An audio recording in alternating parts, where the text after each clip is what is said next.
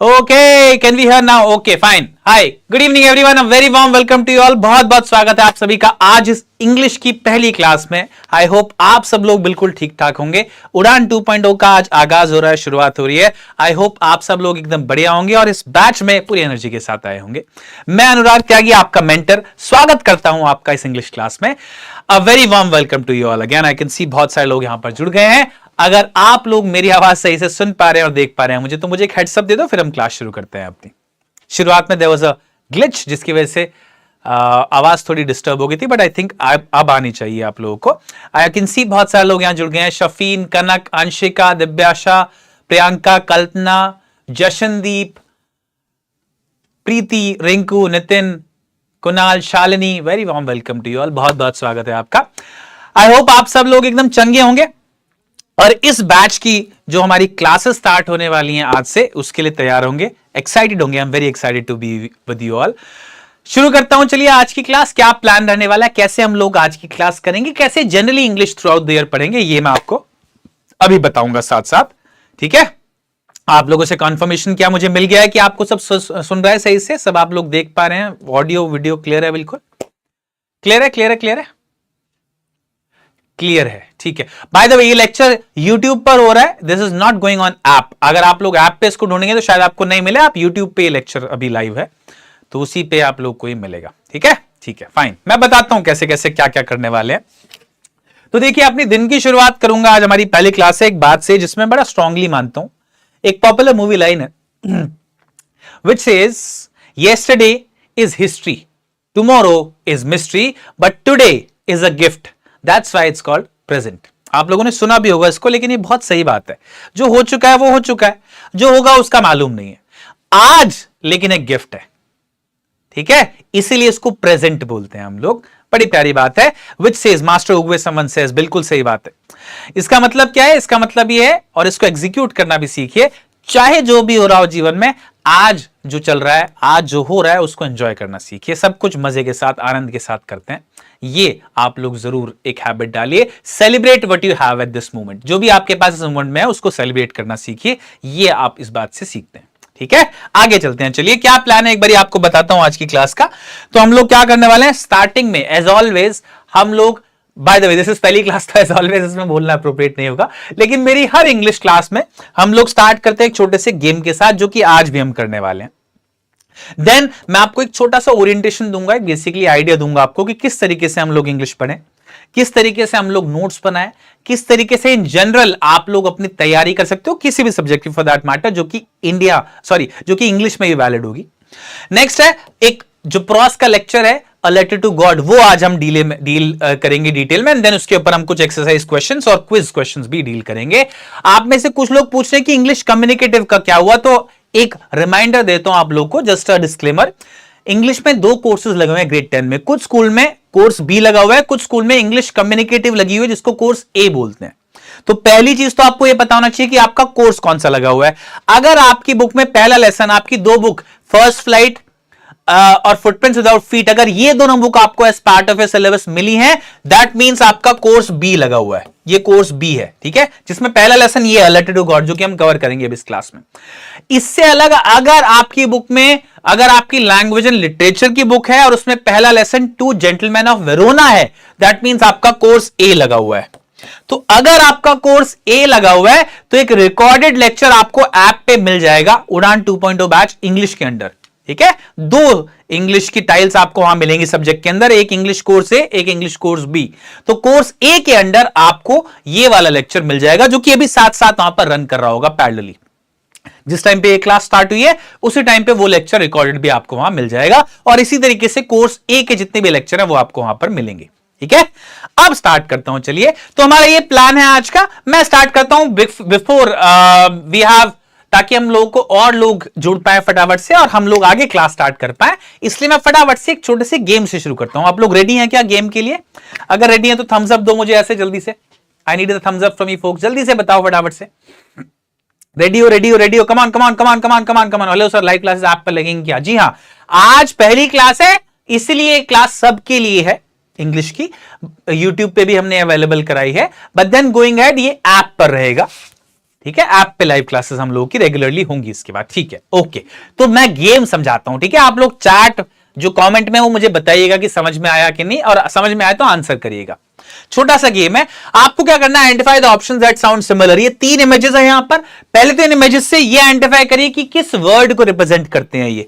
जैसे अगर मैं बोलूं ये वाला वर्ड, तो ये वाला वर्ड किसको रिप्रेजेंट करता है, बैट, चमगादड़ को। ऐसे ये वाला वर्ड किसको रिप्रेजेंट करता है, पपी को या डॉग को, है ना। और ये वाला वर्ड क्रिकेट बैट को रिप्रेजेंट करता है। अब आप क्वेश्चन देखिए, ऊपर टॉप पे इंस्ट्रक्शन क्या है, identify the options that sound similar. आपको वो ऑप्शंस आइडेंटिफाई करने हैं इनमें जो सिमिलर साउंड करते हैं। तो अब इनमें अगर मुझे आंसर बताना है, ये बैट है वो भी बैट है, तो 1 और 3 ये मेरा आंसर हो जाएगा, है ना। सिंपल, बिल्कुल सिंपल है, ये गेम नहीं है। ये सिर्फ गेम का एक सैंपल है जो कि आपको समझाने के लिए था कि कैसे गेम आपको खेलना है, आगे क्या करना है आपको। This was just an ad for you folks, ठीक है। Are you clear with this? क्या हम आगे बढ़ सकते हैं? Can we move head now? जल्दी बताइए। यस, आपको गेम क्लियर है ना? I believe it's all clear to you, so that we can move head now. ठीक है, all right, okay, moving on then. So we are moving on to the game now. अब start करते हैं, ठीक है।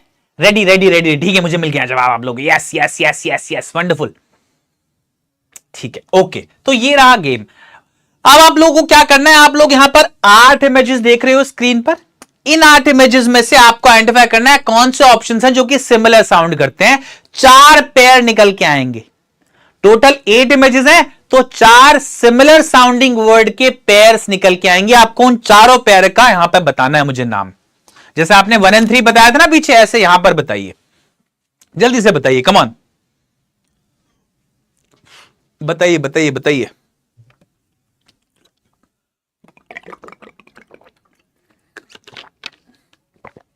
बताइए जल्दी से बताइए बच्चा पार्टी, कम ऑन, इजी है ये, बहुत इजी है, ठीक है। मुझे मिल गए रिस्पॉन्सेस कुछ कुछ, 1 और 3, 5 और 8, 1 और 6, 1 और 4, 2 कैसे हो सकते हैं भाई।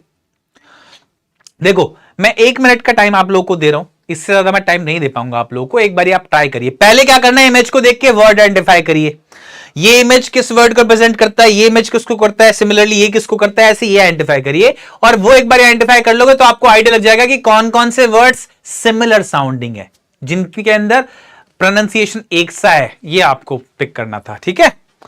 Okay, I think we have had good enough time. अब चलिए मैं आपको बता देता हूं इसका आंसर। लगभग 1 मिनट आप लोगों ने ले लिया है। देखो देखिए देखिए, ये वाला जो वर्ड है ये प्रेजेंट करता है सी को, समुद्र, ठीक है, सी समुद्र, फाइन। ये वाला वर्ड रिप्रेजेंट करता है, ये जो बेटा है ना फादर के साथ, उसके लिए हमने रखा है यहां पर SON, सन, बेटा।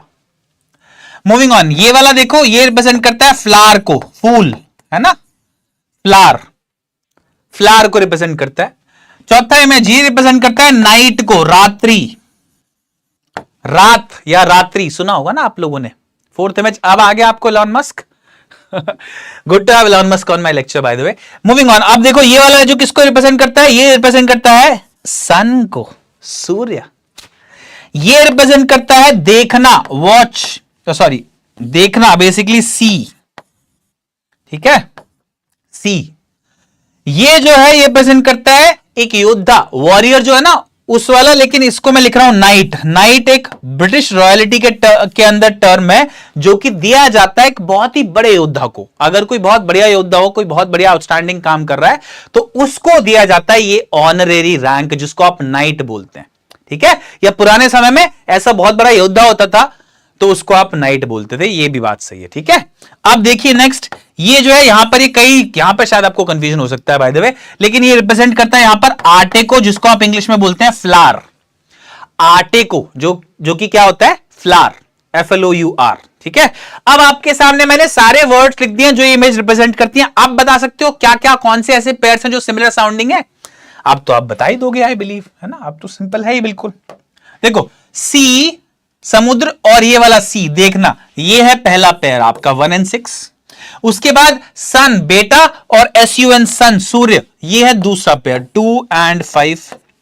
फिर फ्लावर फूल और आटा फ्लावर, ये दोनों की प्रोनाउंसिएशन फ्लावर है। सो 3 और 8, बहुत बढ़िया मिल रहे हैं मुझे रिस्पॉन्सेस, बहुत ही बढ़िया बहुत बढ़िया बहुत बढ़िया। आप तो बता ही दोगे ना।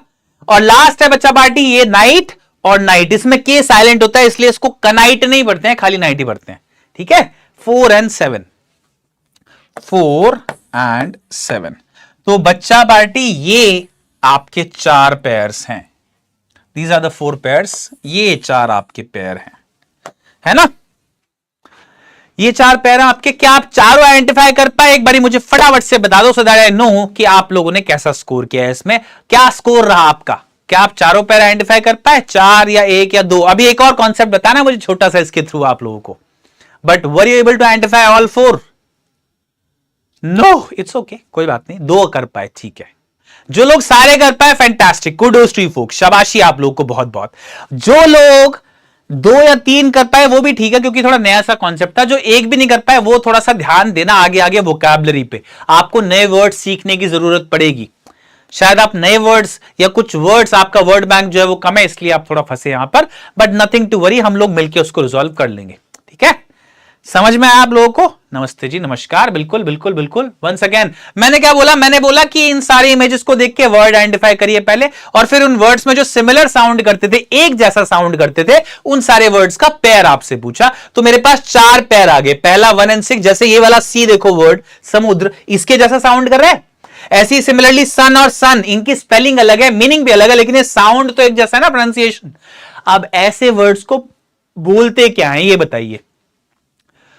ऐसे वर्ड्स को बोलते क्या है ये बताइए? ऐसे वर्ड जैसे कि SEAC and SEEC, in words को हम कुछ बोलते हैं, स्पेशल नाम है इनका, क्या बोलते हैं इनको? जल्दी बताइए। हाँ, विल बिगिन। अभी शुरू करते हैं, पहले ये बताओ ना, ये भी तो इंग्लिश का एक कॉन्सेप्ट है। सिनोनिम्स नहीं बोलते हैं, तो सिनोनिम तो सिमिलर मीनिंग वर्ड्स होते हैं ना, जिनका मीनिंग एक सा हो, तो सिनोनिम तो नहीं बोल सकते। जैसे सी मतलब समुद्र, और ये वाला SEEC मतलब देखना, ऐसे सन मतलब बेटा, और SUN मतलब सूर्य, दोनों का मतलब तो एक नहीं है, लेकिन इनका प्रोनाउंसिएशन सेम है। ऐसे वर्ड्स को आप क्या बोलते हैं? ऐसे वर्ड्स को आप बोलते हैं होमोफोन्स। होमोफोन्स नाम कैसे है देखो, होमो मतलब सिमिलर, सेम, और फोन मतलब साउंड। ऐसे वर्ड जिनका साउंड सेम हो, जिनका प्रोनाउंसिएशन सेम हो, पर स्पेलिंग या मीनिंग अलग हो, उनको आप होमोफोन्स बोलते हैं, ठीक है। राइमिंग वर्ड्स नहीं। अमेजिंग गेम है, थैंक यू। मजा आया ना आप लोगों को? और इसके साथ हमने कॉन्सेप्ट भी सीख लिया गेम के साथ, है ना। होमोफोन्स का कॉन्सेप्ट भी सीख लिया होगा। आई होप आप लोगों ने समझ में आया होगा होमोफोन्स क्या होते हैं। मेरा आवाज क्लियर नहीं है क्या? एक बारी मुझे चेक करके बता दें प्लीज।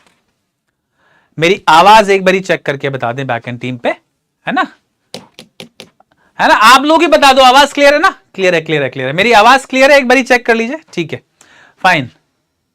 वॉइस थोड़ी फट रही है, ऐसा बोल रहे हैं बच्चे, थोड़ी आवाज बीच बीच में फट रही है क्या? ऐसा कुछ हो रहा है क्या? एक बारी चेक कर लो। नहीं बोलिए, मैं बोल रहा हूं वैसे ऑलरेडी, ठीक है, फाइन। मजा आया, बिल्कुल मजा आना चाहिए, ठीक है, ओके, मूविंग ऑन देन। ये गेम आई होप आप लोग को मजा आया हो इसमें बहुत। एक छोटा सा कॉन्सेप्ट भी हमने इसके थ्रू सीखा, और यही हमारी क्लास में हमेशा आगे प्लानिंग रहेगी कि हम कोई ना कोई एक गेम ऐसा लें जिससे आप कुछ सीखे भी और मजा भी आए आपको, ठीक है। Will begin the class with this game. आप चलते हैं, चलिए अपनी बिगिनिंग की तरफ। एक बेसिक आइडिया आप लोग को दे दूं, और मैं अपनी बात शुरू करूंगा इस हार्वर्ड यूनिवर्सिटी की कोटेशन के साथ, which says 80% of the success and achievements in your life are determined by communication and only 20% by hard skills। आपकी लाइफ में जितनी भी सक्सेस आप पाएंगे, उसका 80% हिस्सा will depend on your communication skills। बहुत इंपॉर्टेंट बात है। मतलब कुल मिला के ये है कि आप चाहे कितने ही अपने स्किल्स को हॉर्न कर लें, आप टेक्निकल नॉलेज अपनी डेवलप कर लें बहुत अच्छे से, लेकिन अगर आप अपनी बात सही से जाहिर करना नहीं जानते तो आप फंसोगे हमेशा। ये एक हार्ड फैक्ट है, आप इसको एक्सेप्ट करना चाहो या ना एक्सेप्ट करना चाहो, क्योंकि अगर आपकी कम्युनिकेशन अच्छी नहीं होगी ना अभी, तो आप इस बात को एक्सेप्ट नहीं करोगे। अगर आपकी कम्युनिकेशन अभी मजबूत होगी, आप अच्छे से अपनी बात जाहिर कर पाते हो लोगों के सामने, तो फिर आपको लगेगा हाँ यार बात तो सही है। तो ये बात बहुत इंपॉर्टेंट है, इसीलिए एंड देयरफॉर आपको यह जरूरी है कि आप चाहे किसी भी भाषा में, बी इट इंग्लिश और बी इट हिंदी, किसी भी भाषा में आप अपनी बात सही से बोलना सीख जाएं। ऐसा ना हो कि आप दिमाग में कुछ सोचते हो और उसको जब बोलने जाते हो तो बिल्कुल गड़बड़ हो जाती है, कुछ बोल ही नहीं पाते, ठीक है। तो इंपॉर्टेंट है कि आप अपना कोई भी किसी भी एक लैंग्वेज में, अगर आपकी भाषा हिंदी है तो हिंदी में भी सही, कोई बात नहीं, लेकिन अगर आपकी भाषा इंग्लिश है, जो कि आजकल मेजॉरिटी मीडियम ऑफ इंस्ट्रक्शन है थ्रू आउट हमारी कंट्री, चाहे आप किसी भी स्टेट में जाएं, चाहे आप किसी भी जॉब में जाएं, इंग्लिश सब जगह कारगर होती है। तो आप काम करिए, अपनी भाषा पर फोकस करिए, उस पर। आप अगर अपनी बात सही से नहीं बोल पाते हैं तो उस पर बोलना सीखिए, अपनी बात सही से, जरूर, बहुत इंपॉर्टेंट है, ठीक है, इट्स वेरी इंपॉर्टेंट। आवाज नहीं है, आई डिसएग्री कोई बोल रहा है, I understand, I do not know why you are disagreeing, but probably because आपको लगता होगा कि अब ये जरूरी नहीं है, बट बिलीव मी डियर, आपके लाइफ में शायद हो सकता है सबसे इंफ्लुएंशियल बंदा जो आपको लगता होगा ना बहुत इंप्रेसिव, वो हो सकता है एक ऐसा इंसान हो जो कि बहुत ही अच्छा बोलता हो, अच्छा स्पीकर हो। जनरली अच्छे स्पीकर जो होते हैं वो बहुत इंफ्लुएंशियल होते हैं। तो आप अच्छा बोलना सीखिए, अपनी बात को क्लियरली कम से कम बोलना सीखिए, ठीक है, बड़ी इंपॉर्टेंट बात है। अब इस चीज के लिए अगर आपको काम करना है अपनी भाषा पे, अपनी लैंग्वेज पे, तो आपको 4 चीजों पे काम करना होता है। ये 4 चीजें हैं, वो किसी भी लैंग्वेज के 4 पिलर्स होते हैं, LSRW जिनको बोला जाता है। इसमें मतलब क्या है? L का मतलब है बच्चा पार्टी, लिसनिंग, ठीक है। S का मतलब है स्पीकिंग, बोलना। R का मतलब है रीडिंग, और W का मतलब है राइटिंग। यानी कि अगर आपको भाषा में किसी भी लैंग्वेज में कमांड डेवलप करनी है, किसी भी लैंग्वेज में आपको प्रोफिशिएंसी डेवलप करनी है, तो आप लोगों को इन 4 चीजों पे काम करना होता है। आप इंग्लिश को एक सब्जेक्ट की तरह ना पढ़ें, आप इंग्लिश को स्किल की तरह समझें। जैसे लिसनिंग, स्पीकिंग, रीडिंग, राइटिंग, ये 4 स्किल्स। मतलब अगर आपको इंग्लिश अच्छी करनी है तो आपको पहले इंग्लिश भाषा को सुनने की आदत डालनी चाहिए, समझ में आना चाहिए आपको सुन के क्या हो रहा है।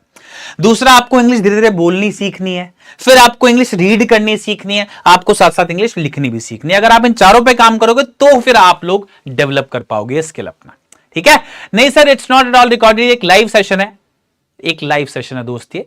आप लोग बताइए अगर आपकी कोई समस्या है तो मैं साथ साथ उसको बताऊंगा, ठीक है। Nutan, the big noob, I think 2-3 बच्चे हैं जो कि कुछ बोल रहे हैं रिकॉर्डेड है। नहीं, it's not at all recorded. आप लोग फोकस करो क्लास पे प्लीज, ठीक है, ओके। ये समझ में आप लोगों को, ये बड़ी इंपॉर्टेंट बात है। इसमें समझने वाली बात क्या है कि राइटिंग स्किल नहीं सीखना है आपको। आप ये मत सोचो कि यार मेरे सिलेबस में जो एनालिटिकल पैराग्राफ है वो कैसे लिखूं।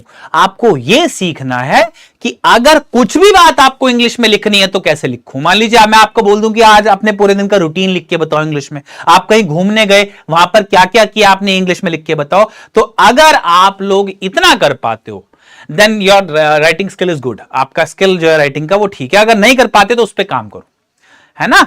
राइटिंग में ये समझना है कि लिखना कैसे, ये नहीं समझना है कि लेटर कैसे लिखना। अगर आपको लिखना कैसे ये आता है तो लेटर, एनालिटिकल पैराग्राफ, कुछ भी आप आराम से लिख लोगे, ठीक है, फाइन। अब आगे चलता हूं, चलिए एक सिलेबस ओवरव्यू आप लोगों को दे देता हूं मैं। तो आप लोगों को ये तो मालूम होगा कि आपका एग्जाम 80 मार्क्स का जो है वो कैसे डिवाइडेड है, वही सेम ग्रेड 9 वाला पैटर्न है। तो आप लोग को याद है उसमें सेक्शन ए जो है, पहला सेक्शन रीडिंग कॉम्प्रिहेंशन का है ना। इस रीडिंग कॉम्प्रिहेंशन वाले सेक्शन में आप लोगों को 2 पैसेजेस आएंगे बच्चा पार्टी, है ना। ये 2 पैसेजेस जो है वो 10 + 10 20 मार्क्स के आएंगे। और इन पैसेजेस में आपको वैरायटी ऑफ क्वेश्चंस पूछे जाएंगे। ये बड़ा इंपॉर्टेंट काम है, हर एग्जाम में रीडिंग कॉम्प्रिहेंशन पूछा जाता है, ठीक है, पहला काम।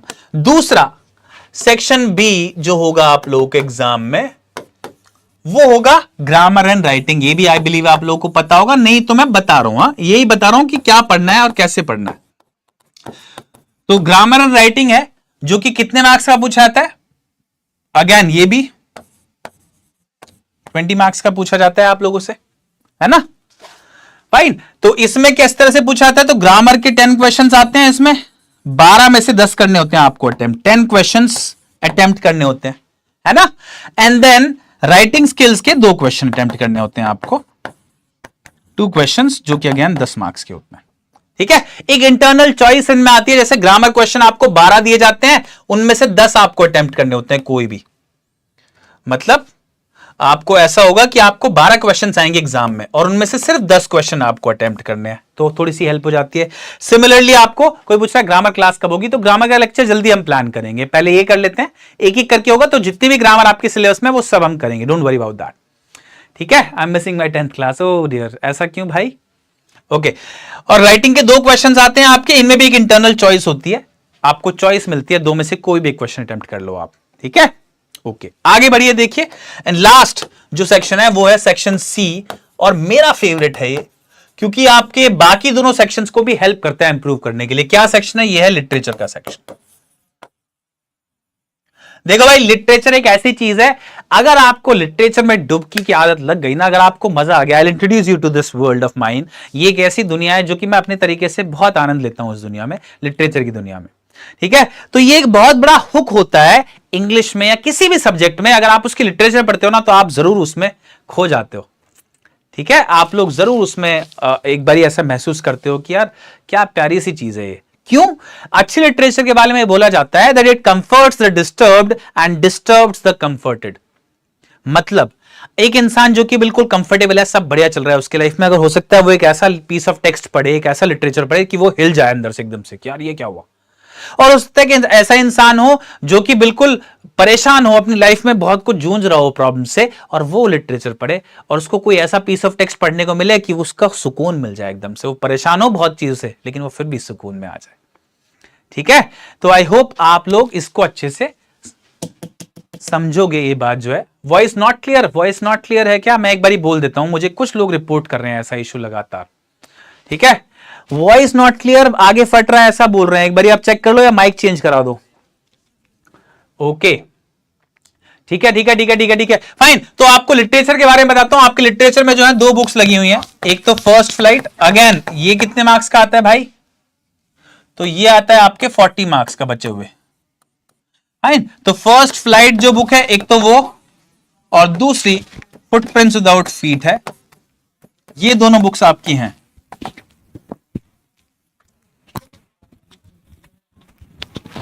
ओके, अब चेंज द माइक, मैंने एक बारी माइक बदला है। अब मुझे बताइए कि आवाज बेटर है कि नहीं है, ठीक है। फुटप्रिंट्स विदाउट फीट ये दूसरी बुक है आपकी। इन दोनों बुक्स को मिला के अप्रोक्सीमेटली 27 चैप्टर्स आप लोग को पढ़ने हैं, जिनमें पोएम भी है, प्रॉस भी है, सब है। कुल मिला के ये 3 सेक्शन आपको एग्जाम के लिए प्रिपेयर करना है। अगर आप ध्यान से देखोगे तो 80 मार्क्स के हो गए। 20 मार्क्स का स्पीकिंग स्किल आपके वाइवा में चेक किया जाता है। 100 मार्क्स जो है वो आपके LSRW स्किल को ही टेस्ट कर रहे हैं, ठीक है। Pookie okay okay okay okay okay alright, clear है ये वाली बात। अब आगे चलते हैं, चलिए। ये आपको पता ही है ऑलरेडी, 20-20-40 डिवीजन जो अभी मैंने बताया। अब इन जनरल इंग्लिश को आप कैसे पढ़ेंगे ये आपको बताना चाहूंगा। तो देखिए, कोई भी सब्जेक्ट जो है इट डिमांड्स योर डिवोशन। उसको थोड़ा सा डिवोशन चाहिए होता है आपका, किसी भी सब्जेक्ट में आप बात करें तो। आपको पहले बात तो ये सोचना है कि अगर आप 10th क्लास में, तो अब आपको अच्छे से पढ़ना है, कोशिश करनी है, मेहनत करनी है अच्छे से। सबसे पहली चीज उसमें क्या है कि आपको क्लासेस रेगुलरली लेनी पड़ेंगी दोस्त। You have to be very regular with your classes. आप जहां से भी पढ़ रहे हैं भाई, अगर आप मेरे साथ पढ़ रहे हैं तो मेरे साथ, अगर आप किसी और से पढ़ रहे हैं तो उसके साथ आपको कम से कम इतना रूल बना लेना है कि मैं क्लासेस नहीं छोड़ूंगा, रेगुलर क्लास लूंगा। फिर उसके बाद जो भी आप क्लासेस लें उनके नोट्स बनाइए। नोट्स इंपॉर्टेंट है, आपके सेल्फ मेड नोट्स जो हैं दे आर द बेस्ट। वो आपको रिवीजन इतनी अच्छी करा देंगे कि आप लोग ये सोचोगे कि यार क्या बात है यार, वाह। वो 5 मिनट में आप पूरा चैप्टर रिवाइज कर जाओगे अगर आपके नोट्स अच्छे हैं तो, ठीक है। और हो सकता है कई सालों बाद भी आपके नोट्स आप एक बार देख लो तो आपको पूरा चैप्टर याद आ जाए, इतने इंपॉर्टेंट होते हैं सेल्फ मेड नोट्स, ठीक है। नेक्स्ट है, क्योंकि आपको प्रैक्टिस करनी जरूरी है। ब्रूस ली साहब से एक बार किसी ने पूछा कि आपको किस राइवल से, किस ओपोनेंट से डर लगता है, तो उसने बोला कि मुझे एक ऐसा ओपोनेंट जो कि 10,000 तरह की किक्स जानता है उससे डर नहीं लगता है, लेकिन मुझे एक ऐसा ओपोनेंट जो कि एक ही किक को 10,000 टाइम्स प्रैक्टिस कर चुका हो उससे जरूर डर लगता है। क्यों बोला उन्होंने ऐसा? ये बात जो है ये इंपॉर्टेंस हाईलाइट करती है प्रैक्टिस की। अगर आपको कोई चीज अच्छे से आती है तो अगर आप उसकी प्रैक्टिस करोगे तो वो और परफेक्ट हो जाएगी, और बढ़िया हो जाएगी बिल्कुल। इसलिए आपको कुछ आता हो, क्लासेस आपने अच्छे से ली, मान लीजिए आप टॉपिक अच्छा सीख गए, तो आपको एक बारी डीएचए या होमवर्क करना चाहिए जरूर, जो कि आपको डेली मिलेंगी प्रैक्टिस शीट्स। डीएचए मतलब क्या होता है? प्रैक्टिस शीट, जो डेली होमवर्क असाइनमेंट हम आपको देते हैं वो, उसको करिए, या कोई भी प्रैक्टिस शीट करिए उसके ऊपर, ठीक है। ओरिएंटेशन होता है मतलब ट्रेनिंग। कोई पूछ रहा है ओरिएंटेशन का क्या मतलब है, तो ट्रेनिंग या idea of what is going to come, ये होता है ओरिएंटेशन। नेक्स्ट है, अगर आपको एक बारी जरूर रिवाइज कर लेना चाहिए। जैसे मान लीजिए आपने दिन में आज कुछ पढ़ा, तो शाम को एक बारी 10 मिनट के अंदर फटाफट से उसको एक बारी देख लीजिए, रिवाइज कर लीजिए, आपको याद रहता है, चीज रिटेन कर पाते हैं आप, अदरवाइज भूल जाओगे। एंड लास्ट है असेसमेंट या टेस्ट। आप चाहे कितना भी अच्छा कर चुके हो तैयारी, अगर आप टेस्ट अपेयर नहीं करते तो आपको यह पता नहीं चलता कि आप कितना अच्छे से एक्सप्रेस कर पा रहे हो उन चीजों को, अच्छे से लिख पा रहे हो कि नहीं लिख पा रहे, क्योंकि बोर्ड एग्जाम्स में फाइनली आंसर लिखना है। अगर आप लोगों ने प्रैक्टिस, जो कि क्या है, डीएचए और टेस्ट, ये दोनों नहीं दिए, तो हो सकता है आपको, आपके दिमाग में आपकी तैयारी बहुत अच्छी चल रही हो, लेकिन आप लोग की तैयारी कितनी अच्छी चल रही है आपको फिर रिजल्ट के टाइम पे पता चलेगा। सो इट्स वेरी इंपॉर्टेंट कि आप लोग कोशिश करो कि क्लासेस लेते रहो साथ साथ और प्रैक्टिस भी करते रहो in the form of DHA and test. Test मत छोड़िएगा कभी भी, बिल्कुल। आपको आपकी जो असल मायने में सिचुएशन है ना, in terms of your preparation, कि आप कितना अच्छे से प्रिपेयर्ड एग्जाम के लिए, ये कौन बताता है? ये आपको टेस्ट का रिजल्ट बताता है आपका। अच्छे से करिएगा उसको, ठीक है। सेल्फ नोट्स पे आता हूं, चलिए, हाउ टू मेक नोट्स। अब भाई देखो, नोट्स बनाना ना एक ऐसा तरीका है जो कि हर एक इंसान, कुछ कुछ ऐसा, मान लो ऐसे साइकिल चलाना सीखते हैं ना हम लोग, हर एक इंसान का अपना तरीका। आप बता सकते हो कि ऐसे कर लो ऐसे कर लो, लेकिन जब तक आप खुद करोगे नहीं ना उसको, तब तक सीखोगे नहीं। जो लाइफ स्किल्स हैं, साइकिल चलाना, स्विमिंग करना, उसकी तरह नोट्स बनाना।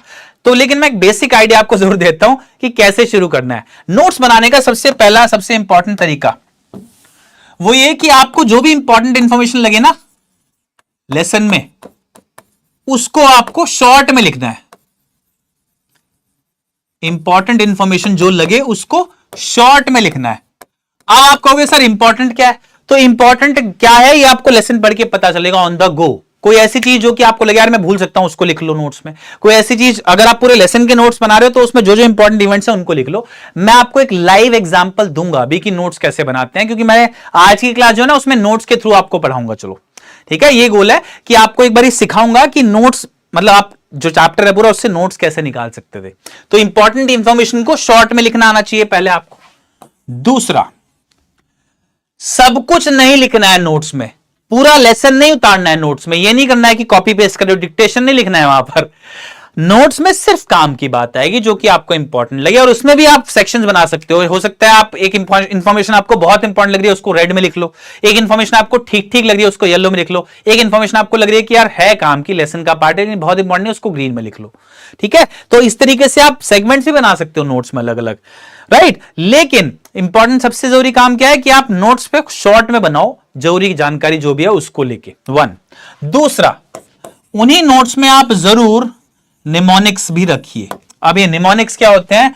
जैसे मान लीजिए आपका ग्रेड 6 में आप लोगों ने मैथ्स में ये वर्ड पढ़ा होगा, बॉड मास, है ना। आई एम श्योर सब लोगों को याद होगा, ये बड़ा कॉमन से टर्म है इसलिए मैंने लिया है।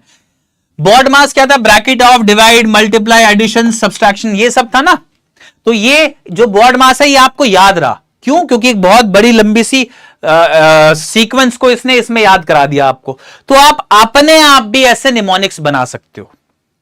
आप लोग चाहो इंग्लिश में कुछ याद रखने के लिए ऐसे निमोनिक्स बना सकते हो, शॉर्ट फॉर्म बना सकते हो ताकि आपको याद रहे वो। ठीक है, तो ऐसे याद रखना ये चीज। तीसरा,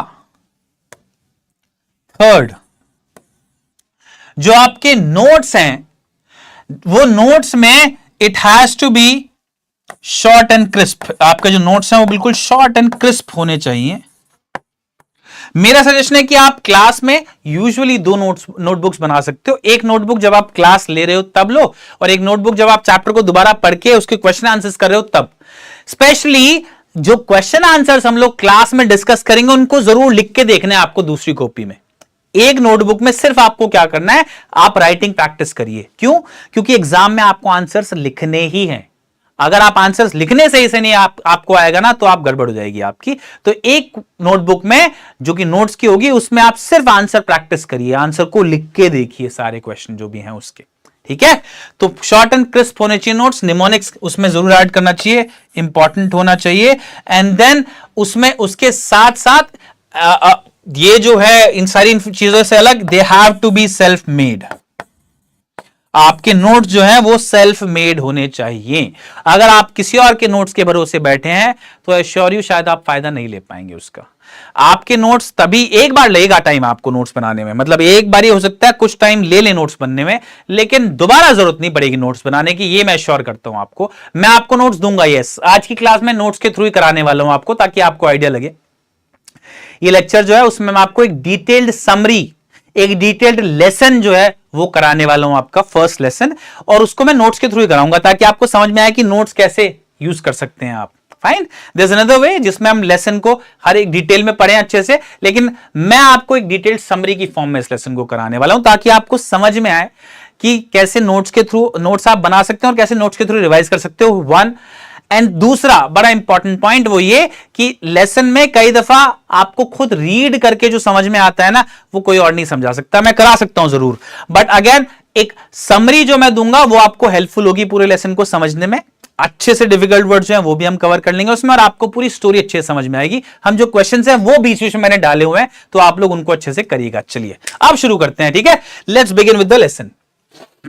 लेसन का नाम है letter to God. A letter to God, भगवान को लिखा गया एक लेटर, ठीक है। अब ये लेटर जो है ना वो लिखा है किसने? जीएल फ्यूंटिस साहब ने, ठीक है। जीएल फ्यूंटिस एक लैटिन अमेरिकन राइटर है। लैटिन अमेरिका क्या होता है? तो ऐसी कंट्रीज जहां पर लैटिन से डिराइव्ड भाषाएं बोली जाए वो होती है Latin American. Fine, I am very well, thank you so much. पर आप लोग जरा फोकस करिए अब यहां पर। अब हम लेसन स्टार्ट कर रहे हैं फाइनली, ठीक है। ओके, तो लैटिन अमेरिकन कंट्रीज कौन सी होती हैं भाई? लैटिन अमेरिकन कंट्रीज होती हैं वो सारी कंट्रीज जहां पर लैटिन से डिराइव्ड कुछ भाषाएं बोली जाए, जैसे कि मेक्सिको हो गई, कोलंबिया हो गई, कुछ पार्ट ऑफ सेंट्रल अमेरिका भी है, पैनामा है, ऐसे बहुत सारी कंट्रीज वहां पर है, लगभग 30 ऑड कंट्रीज वहां पर है। लेकिन उन सारी कंट्रीज में लैटिन से डिराइव्ड भाषा बोली जाती है। उन कंट्रीज में के आसपास ये जन्मे, उन्हीं कंट्रीज में जीएल फ्यूंटिस साहब ने जन्मे, और ये जो स्टोरी की सेटिंग है वो भी नहीं कंट्री की है। आप देखेंगे वहां से जुड़े हुए वर्ड्स का इस्तेमाल होते हुए स्टोरी में, ठीक है। फाइन, आगे चले, आगे देखते हैं। अब ये स्टोरी जो है वो है किस बारे में? देखो, ऐसा बोला जाता है कि भरोसा जो होता है ना वो ऐसी चीज होता है जो कि पहाड़ को भी ला सकता है।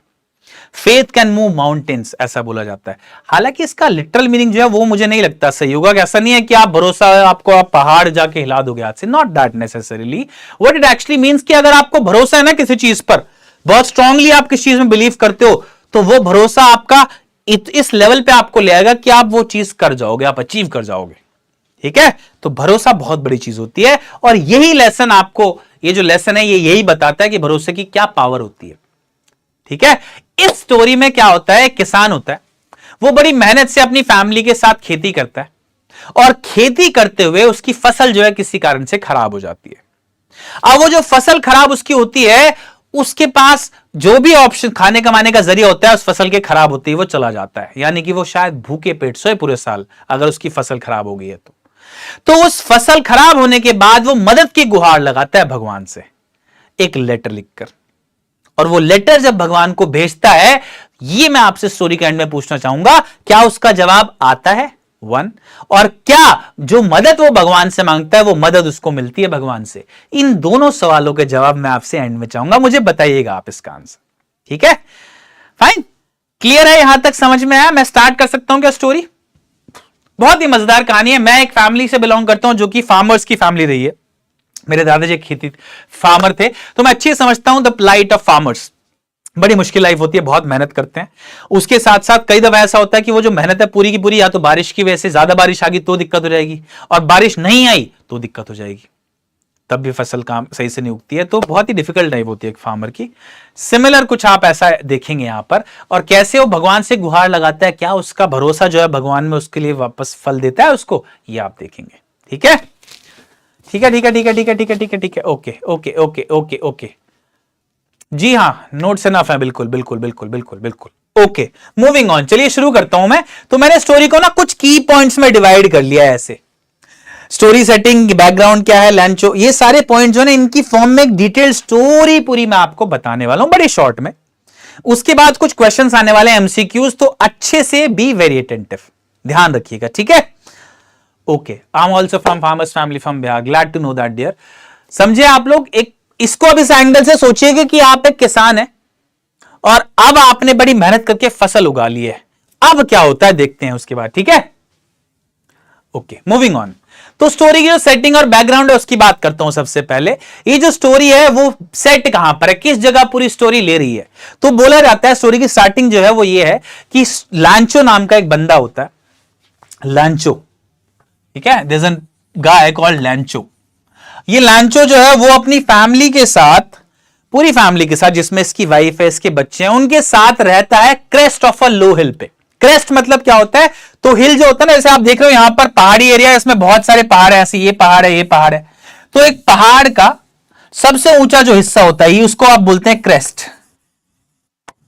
ठीक है, तो ये जो पहाड़ का सबसे ऊंचा हिस्सा है, मान लीजिए ये पहाड़ है, इसका जो सबसे ऊंचा हिस्सा होगा ना, इसको आप क्रेस्ट बोलते हैं, क्रेस्ट।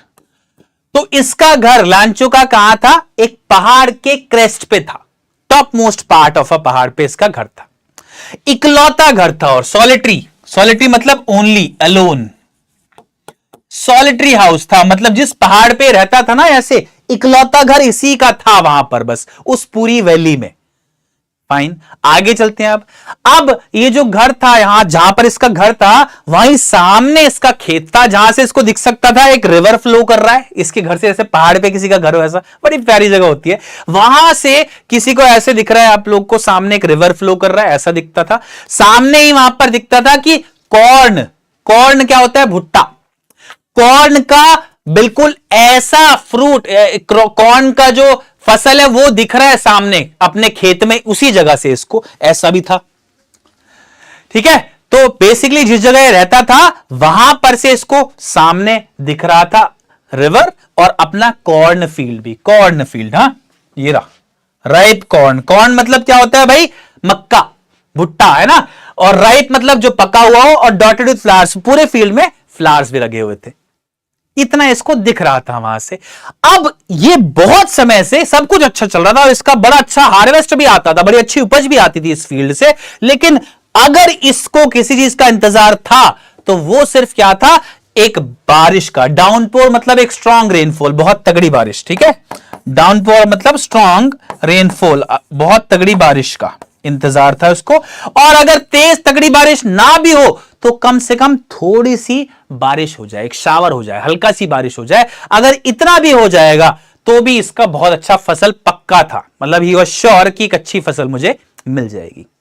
क्या आपको इनिशियल कॉन्टेक्स्ट समझ में आ गया स्टोरी का? क्या बोला मैंने अभी तक? बस ये कि ये जो कहां पे रहता था ये बताया, और क्या इसकी एक्सपेक्टेशन थी ये बताई।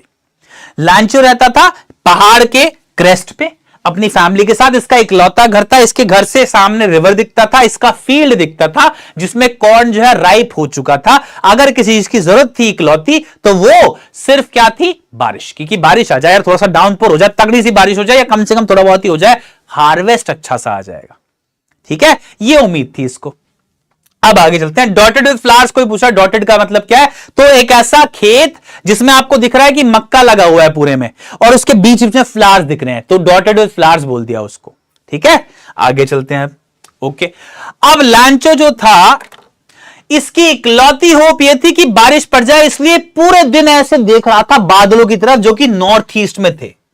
नॉर्थ ईस्ट में जो बादल थे ना, लगातार उन्हीं की तरफ देख रहा था, बस घूर रहा था कि यार बारिश आ जाए, बारिश आ जाए, बारिश आ जाए। लेकिन बारिश ऐसे देखने से थोड़ी आती है। खैर, इसने नॉर्थ ईस्ट की तरफ देखते देखते अपनी बीवी से बोला, जो कि अपने इसके बच्चों के लिए खाना पका रहे थे। She was cooking supper for his kids. Supper है ना, सपर क्या होता है बच्चा पार्टी?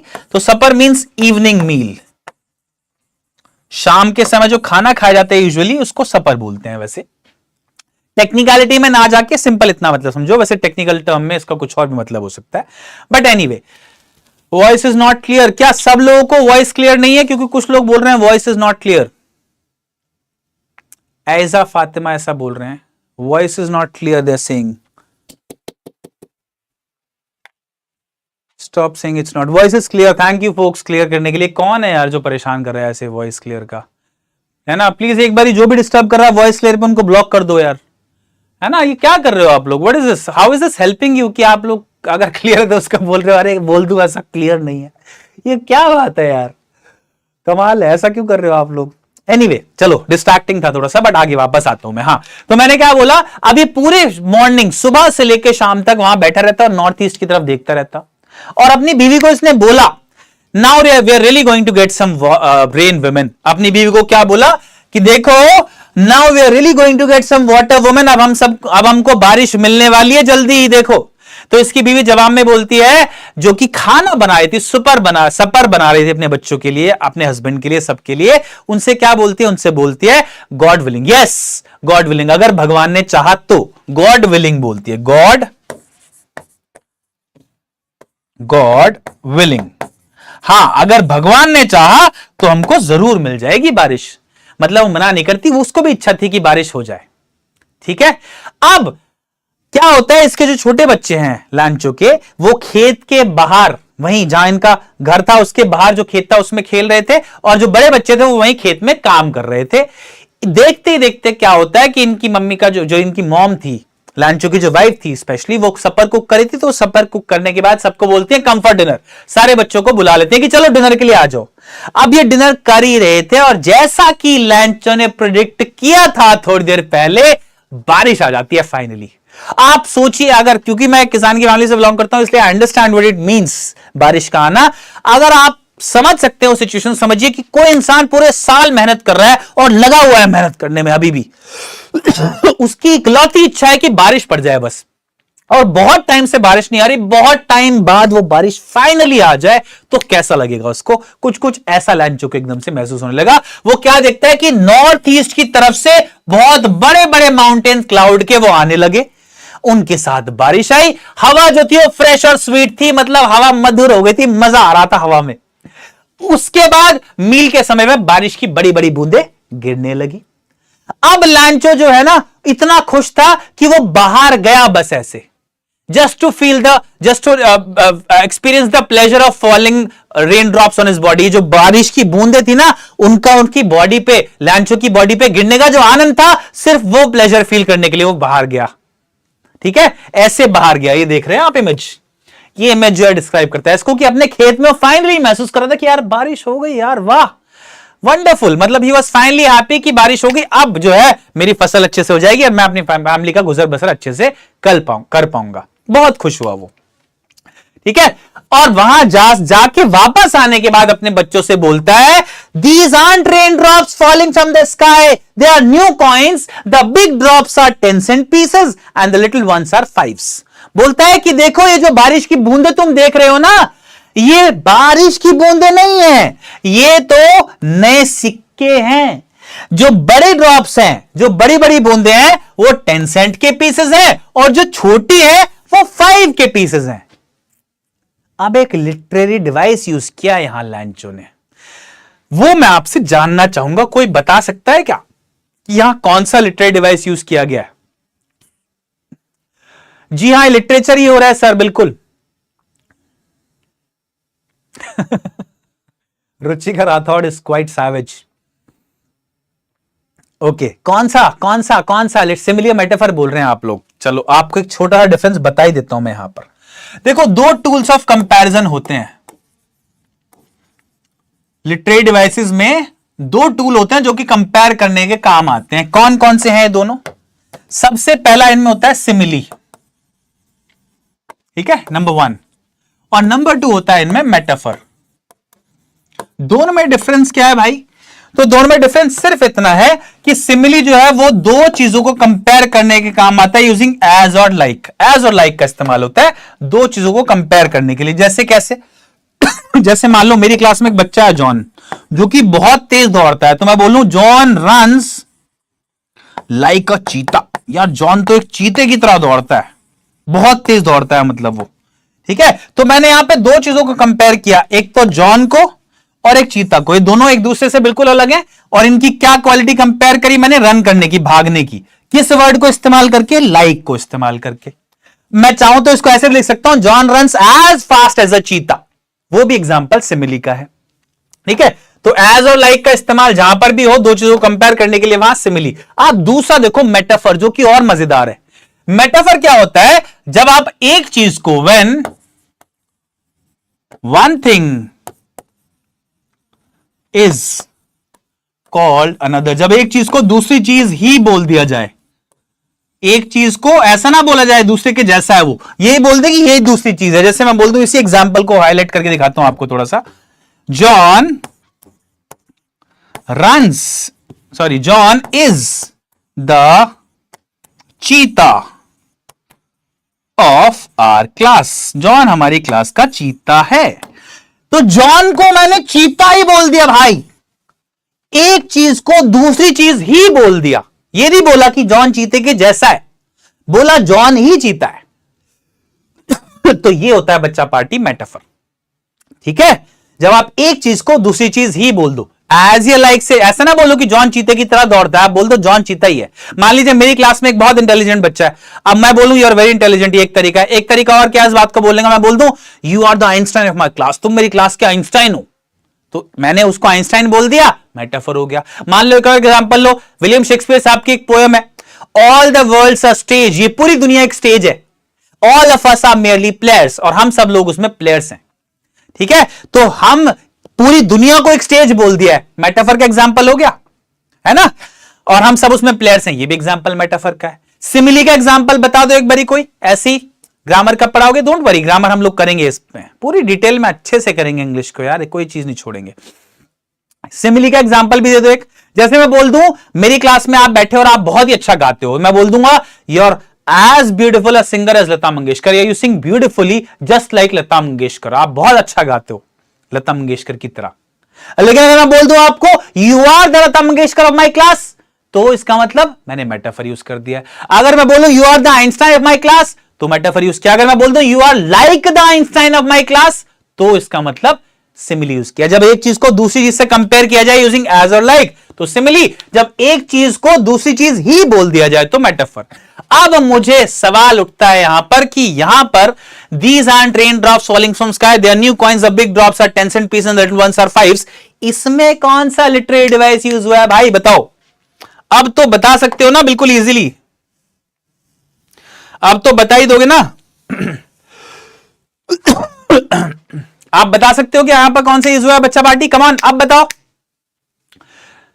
कौन सा यूज हुआ है इस वाली स्टेटमेंट में। ये रेन ड्रॉप जो है falling sky, they are new coins, the big drops are 5 cent 10 cent pieces and little ones are 5। बिल्कुल सही, मुझे परफेक्ट जवाब मिल रहा है आप लोगों से, करेक्ट है ना, बिल्कुल सही बिल्कुल सही बिल्कुल सही। मैं क्वेश्चन ढूंढ रहा हूं, मैंने ऐड किया था क्वेश्चन लेकिन वो दिख नहीं रहा है मुझे, एक मिनट दीजिए मुझे, शायद मिल जाए। एनीवे कोई बात नहीं। सो क्वेश्चन क्या है, आप लोगों ने सही, सब लोगों ने जवाब दे दिया मेटाफर। क्यों? क्योंकि उनको एक चीज को दूसरी चीज ही बोल दिया, न्यू कॉइंस ही बोल दिया। सिमिलरली 10 सेंट पीसेस बोल दिया है उसको, बड़ी ड्रॉप्स को 10 सेंट और छोटी वाली को 5 सेंट, एक चीज को दूसरी चीज ही बोल दिया, इसलिए मेटाफर है। परफेक्ट, बहुत ही बढ़िया, वंडरफुल। अब देखो यहां पर एक और क्वेश्चन आता है कि ऐसा क्यों बोला उसने। लंचो बाहर गया, बाहर से आने के बाद अपने घर में जब वापस आया, ऐसा बच्चे को बोला देखो बच्चे ये जो बारिश हो रही है ना, ये बारिश नहीं है, ये तो न्यू कॉइंस हैं, जो बड़ी बड़ी बूंदे हैं वो 10 सेंट की पीसेस हैं और जो छोटी छोटी बूंदे हैं वो 5 सेंट की पीसेस हैं। क्यों बोलता है ऐसा? इसलिए कि इस बारिश के आने के बाद अब उसको बड़ी अच्छी फसल मिल जाएगी, उस फसल को बेचकर वो पैसा आएगा उसके घर में, और उस पैसे को ही उसने न्यू कॉइन से कंपेयर करा है। एक तरह से ये बताने की कोशिश करिए कि ये जो बारिश है ये हमारे घर में प्रॉस्पेरिटी, समृद्धि लेके आएगी, पैसा लेके आएगी, ये मतलब था उसका। ठीक है, पर्सोनिफिकेशन और ट्रांसफर एपिथेट कोई पूछा तो मैं अभी बताता हूं, पहले मुझे जो अभी काम का है वो बताने दो, फिर मैं आपको एक साथ लिटरेरी डिवाइसेस बता दूंगा सारे, डोंट वरी अबाउट दैट।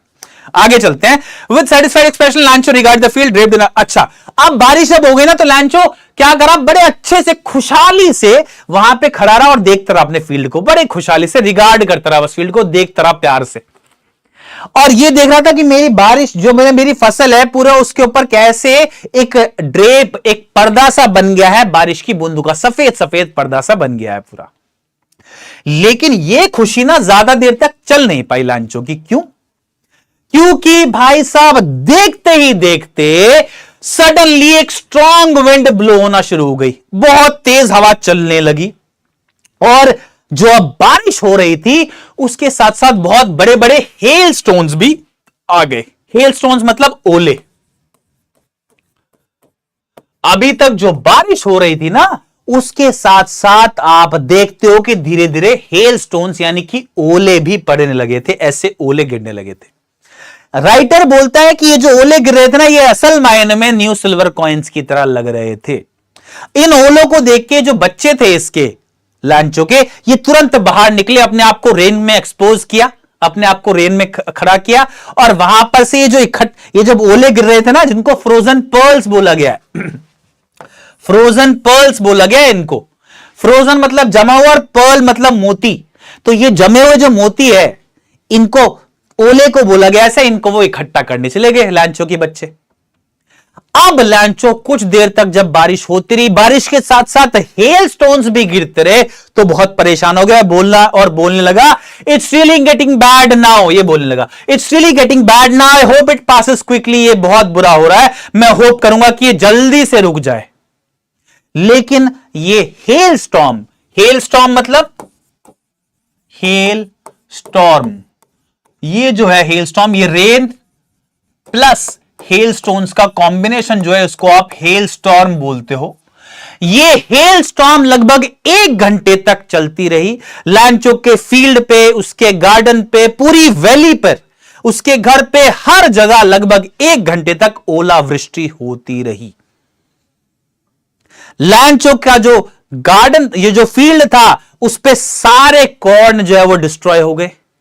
किसी भी पेड़ पर एक लीव नहीं बची, जितने भी फ्लावर्स थे वो सब डिस्ट्रॉय हो गए।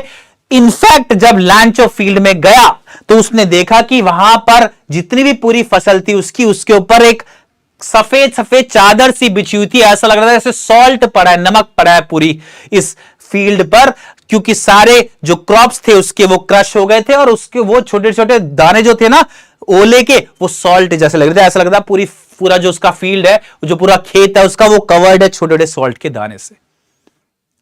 इसकी पूरी फसल डिस्ट्रॉय हो गई।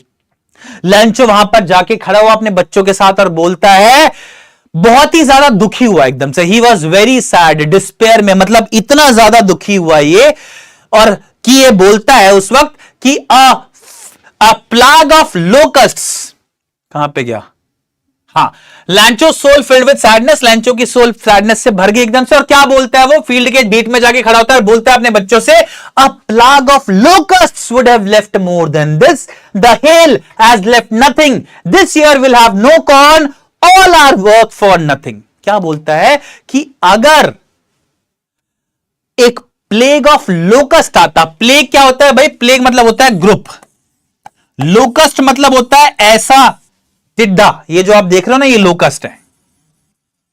तो ये जब फसल पे लगते हैं ना जाकर इंसेक्ट, तो ये फसल को खराब कर देते हैं।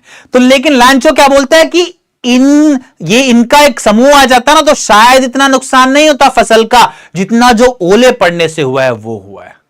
तो लैंचो बहुत ज्यादा दुखी हो जाता है और अपने बच्चों से बोलता है, एक लोकस्ट का समूह आता तो शायद कुछ बच जाता, लेकिन ये जो हेल स्टॉर्म आई है इसके बाद कुछ नहीं बचा है, हम पूरे साल भूखे रहने वाले हैं। Will all go hungry this year, हमारे पास कोई भी क्रॉप हम लोगों को नहीं मिलेगा। एक बार इमेजिन करिए अपने आपको सिचुएशन में। शायद कुछ लोग बोल रहे हैं कि ये थोड़ा सा बोरिंग लग रहा है मुझे, कुछ लोग बोल रहे हैं बहुत टचिंग है, वेरी सैड, उनको समझ में आए। लेकिन आप शायद एक बारी सोच के देखिए कि अगर आप लोग अभी अपने घर के आराम में बैठे हो, गर्मी में एसी मिल रहा है आपको, आराम से आप क्लास ले रहे हो, सोचिए अगर आप मान लीजिए किसान के बच्चे होते, मैं किसान का होता हूं इसलिए बात समझता हूं, हम लोग हो सकता है खेत में काम कर रहे होते बेहद गर्मी में, इस वक्त बारिश नहीं हो रही होती, बारिश का हम सब वेट कर रहे हैं, बारिश हो नहीं रही है, आप फसल उगाते हो और आपकी बारिश नहीं होती। बहुत समय बाद एक दिन ऐसा आता है जिस दिन बारिश हो, और होते होते वो बारिश इतनी ज्यादा हो जाए कि आपकी पूरी फसल ही खराब कर दे, आपकी पूरे साल की मेहनत खराब कर दे। अब आपके पास कुछ नहीं है, पैसा तो बहुत दूर की बात है, सुविधा तो बहुत दूर की बात है, वो जो आपको खाना है ना वो भी नहीं है आपके पास। आपको पूरे साल आप क्या खाओगे ये सोचो। ये सोच के एकदम से दिमाग क्या सोचेगा इस वक्त, क्या महसूस करेंगे आप, वो महसूस करिए, क्योंकि लैंचो वही महसूस कर रहा था इस वक्त। फील्ड के में बैठा है, सोच रहा था कि यार मेरे इतने सारे बच्चे हैं, हम सब क्या खाएंगे, कुछ बचा ही नहीं है, सब कुछ खत्म कर दिया है इस हेल स्टॉर्म ने। इमेजिन करिए एक बार ये सिचुएशन। अब आगे चलते हैं। कुछ क्वेश्चन है जो कि आपके एनसीईआरटी बिटवीन द टेक्स्ट में आपको दिए गए एनसीईआरटी में, उन क्वेश्चंस को एक बार डिस्कस करते हैं, ठीक है। आंसर दीजिए फटाफट से। कुछ बच्चे महसूस कर पा रहे हैं इस बात को, देखिए अब। हाँ, question, what did लैंचो hope for, लैंचो किस चीज की उम्मीद कर रहा था। आपको चैट बॉक्स में सिर्फ ABCD ऐसे कमेंट करना है बच्चा पार्टी, ABCD ऐसे लिखना है बस, ठीक है। इस तरीके से लिख दोगे तो ये अपने आप कैच कर लेगा, यहां पर जो पोल चल रहा है ना वो पोल खुद ब खुद एल्गोरिदम कैच कर लेगा यूट्यूब का, और यहां पे आपका रिजल्ट दिखा देगा। आपको सिर्फ ABCD लिखना है। A good harvest without any rain, a downpour or at least a shower, a new house on the hill, help from his neighbors। क्या उम्मीद कर रहा था लैंचो, किस चीज की इच्छा रख रहा था। मैंने सारे क्वेश्चन जो कि आपके एनसीईआरटी में बिटवीन द टेक्स्ट दिए हुए उनको एमसीक्यू की फॉर्म में यहां लिख दिया है ताकि हम इनको आसानी से डिस्कस कर सकें। ऑप्शन बी है ना, वो बोलते हैं ना डाउनपोर और एटलीस्ट शार, बहुत तगड़ी बारिश हो जाए, कम से कम हल्की बहुत शावरी हो जाए, कुछ तो हो जाए, ये उम्मीद थी उसकी। वाह, not bad, 77% of you got it right. Next है, नेक्स्ट अच्छा आंसर है, व्हाई डिड लैंचो से the rain drops were like new coins. लैंचो ने ऐसा क्यों बोला कि ये जो रेन ड्रॉप्स हैं नए कॉइन्स की तरह है। ये इंपॉर्टेंट क्वेश्चन है, कई बार आपके बोर्ड एग्जाम में आया है, ये रिपीटेटिवली पूछा है बोर्ड ने कई दफा कि उसने क्यों बोला ऐसा कि ये जो रेन ड्रॉप्स हैं वो न्यू कॉइन्स हैं।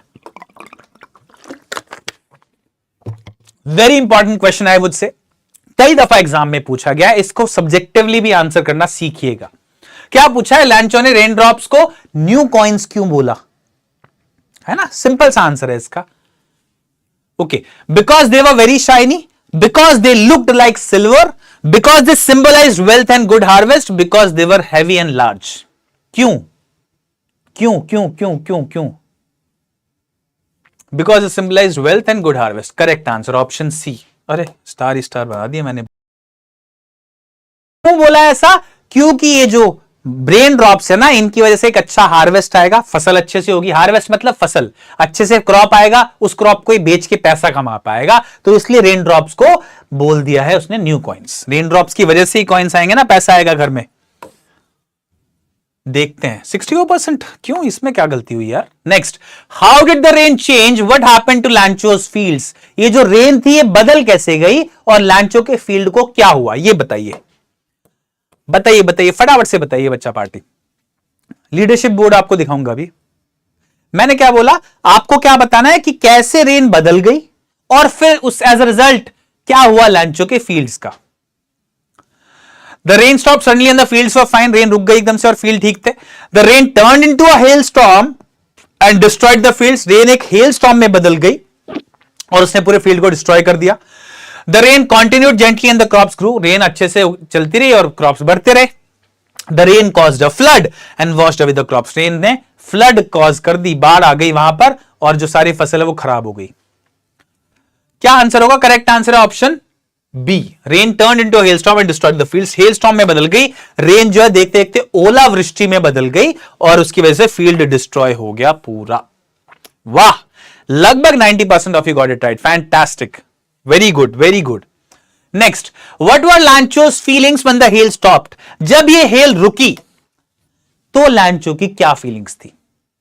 जस्ट हमने जहां पे रोका था अभी स्टोरी को, उस वक्त लैंचो की क्या फीलिंग थी, ये आपसे पूछा गया है जब हेल रुकी फाइनली 1 घंटे के बाद।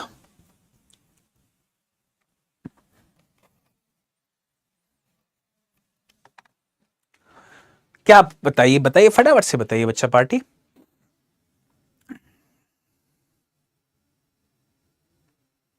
Correct answer is option C, he was sad and filled with despair. हाँ, वो होपलेसनेस बोलते हैं डिस्पेयर को, जब आपको कोई उम्मीद ही ना बचे, ऐसी सिचुएशन हो।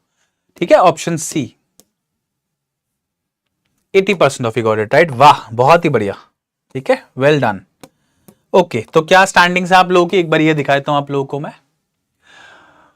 पोकी गेम रैक्स, वाह what a name. Gonna study 2 and then 6 which DJ. अरे भाई क्या अजीब से नाम है तीनों, बट स्टिल वेल डन, शाबाशी आप लोगों को। आप लोग एज लॉन्ग एज आंसर्स सही दे रहे हो, आपके नाम उल्टे पुल्टे में हो तो चलेगा, मुझे कोई बात नहीं। देन यार Raju, Mouli, Monali, Jasmine, Max Cookie, Pratt gaming, Awadhesh Yadav and tricky, well done, शाबाशी आप लोगों को। जो टॉप 10 में है, जो लोग नहीं है अभी वो और कोशिश करो, अभी और बहुत सारे क्वेश्चंस आने वाले हैं। ठीक है, ये फर्स्ट फ्लाइट जो बुक है आपकी, उसका पहले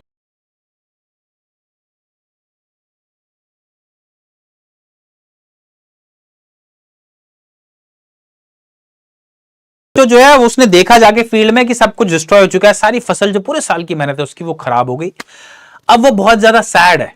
उसने अपने बच्चों से बोला कि अगर एक प्लेग ऑफ लोकस्ट्स, एक ग्रुप ऑफ लोकस्ट्स आता, टिड्डों का एक समूह आता, तो शायद कुछ हमारा फील्ड बच जाता, कोई फसल हमारे पास होती। लेकिन अब जो ओलावृष्टि आई है उसकी वजह से कुछ नहीं बचा है, हम कोई क्रॉप हमें इस साल नहीं मिलेगा।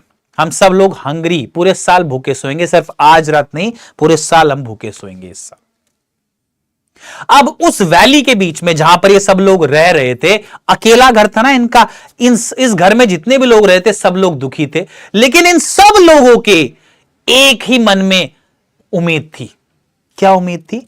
Help from God. इनको लग रहा था कि भगवान से मदद आएगी, क्योंकि इनको पता था, लैंचो को पता था कि जब ऐसा माना जाता है कि जिसकी कोई मदद नहीं करता उसकी भगवान मदद करता है, लैंचो को यह पता था कि भगवान तो हम लोगों के मन के अंदर, हम लोगों के अंदर अंतर मन जो होता है ना, हम लोग को जो खुद नहीं पता चीजें वो भी भगवान को मालूम होती हैं, ऐसा वो बोलता है। ऐसा बोल के वो उम्मीद जताता है कि भगवान से उसे मदद मिलेगी। और ऐसा बोला गया आपके लेसन में that लैंचो was an ox of a man. Aux of a man मतलब क्या होता है? Very hard working man.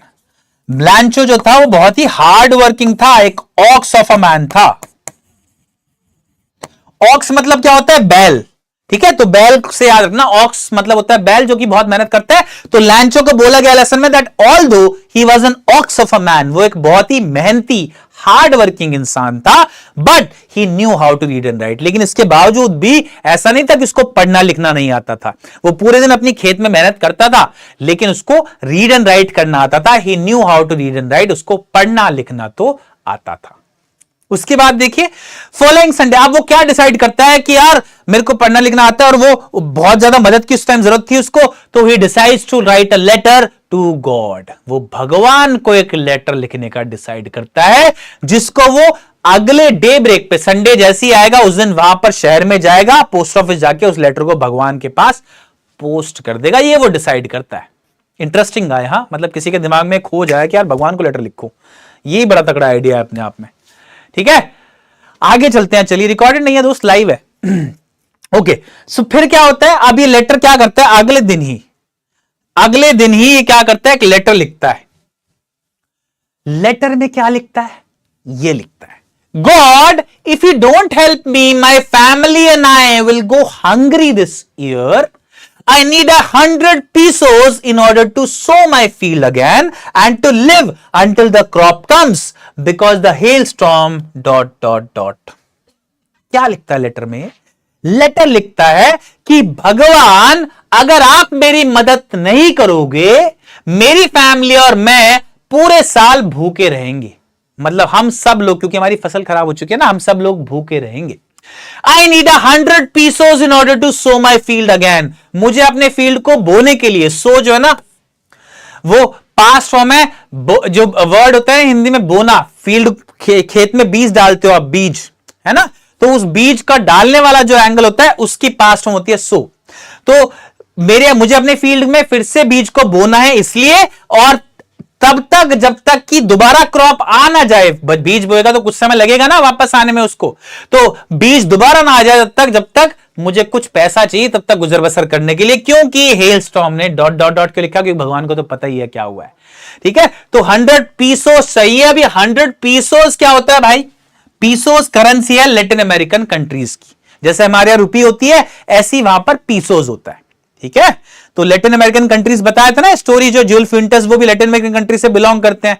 तो वहां कंट्रीज में यही वाली करेंसी होती है, इसीलिए यहां पर पीसो यूज किया गया है। ठीक है, थैंक यू। ओके, अब लैंचो ने क्या किया? लेटर लिखा है कि इस लेटर को एनवेलप में डाला, एनवेलप के ऊपर टू गॉड लिखा। गॉड मतलब भगवान के लिए लेटर था, ये लिखा एनवेलप पे उसने, और शहर गया, इसके ऊपर एक स्टैंप लगाई और इसको पोस्ट कर दिया। इस लेटर को पोस्ट कर दिया उसने। अब देखिए क्या होता है, अब आगे की कहानी मजेदार है और भी। अब ये लेटर जो है वो रिसीव करता है एक पोस्टमैन जो कि पोस्ट ऑफिस में काम करता था और पोस्ट ऑफिस में मदद भी करता था। He also helped at the post office.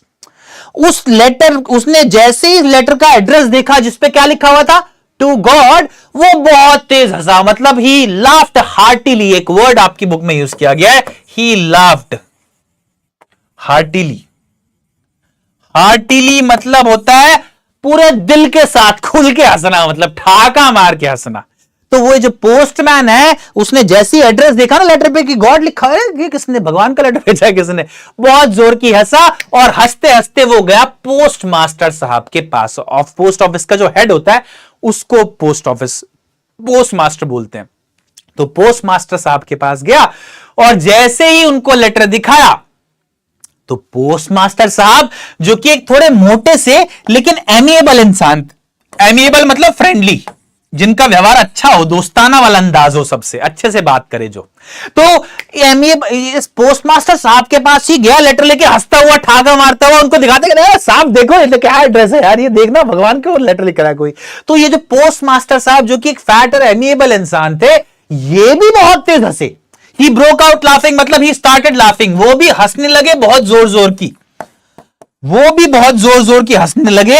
लेकिन लगभग नेक्स्ट मोमेंट पे ऐसे हंसने लगे वो भी, लेकिन नेक्स्ट ही मोमेंट पे एकदम से उनका एक्सप्रेशन ये हो गया, एकदम से ही टर्न्ड सीरियस। फेलो मतलब इंसान है ना, सीरियस एमिएबल, फेलो मतलब इंसान, पर्सन, ठीक है, ओके। नेक्स्ट मोमेंट पे एकदम से ये सीरियस हो गए बहुत ज्यादा। क्यों? क्योंकि इनके दिमाग में ख्याल आया। क्या ख्याल आया? एकदम से इन्होंने लेटर को ऐसे जमीन उस पे डेस्क पे टैप किया और सोचा, what faith, I wish I had the faith of the man who wrote this letter starting up a correspondence with God. ये क्या सोचता है? सोचता है कि यार क्या भरोसा है यार इस इंसान का भगवान में, क्या भरोसा है यार। आई विश ऐसा ही भरोसा मेरा भी होता भगवान में कि इसने कॉरेस्पॉन्डेंस शुरू कर दी भगवान के साथ। कॉरेस्पॉन्डेंस मतलब होता है रिटर्न कम्युनिकेशन। इस इंसान ने भगवान को ही लेटर भेजने शुरू कर दिए यार, क्या भरोसा है इसका, काश मेरे पास भी ऐसा भरोसा होता। ये थॉट पोस्टमास्टर साहब के दिमाग में आई एकदम से।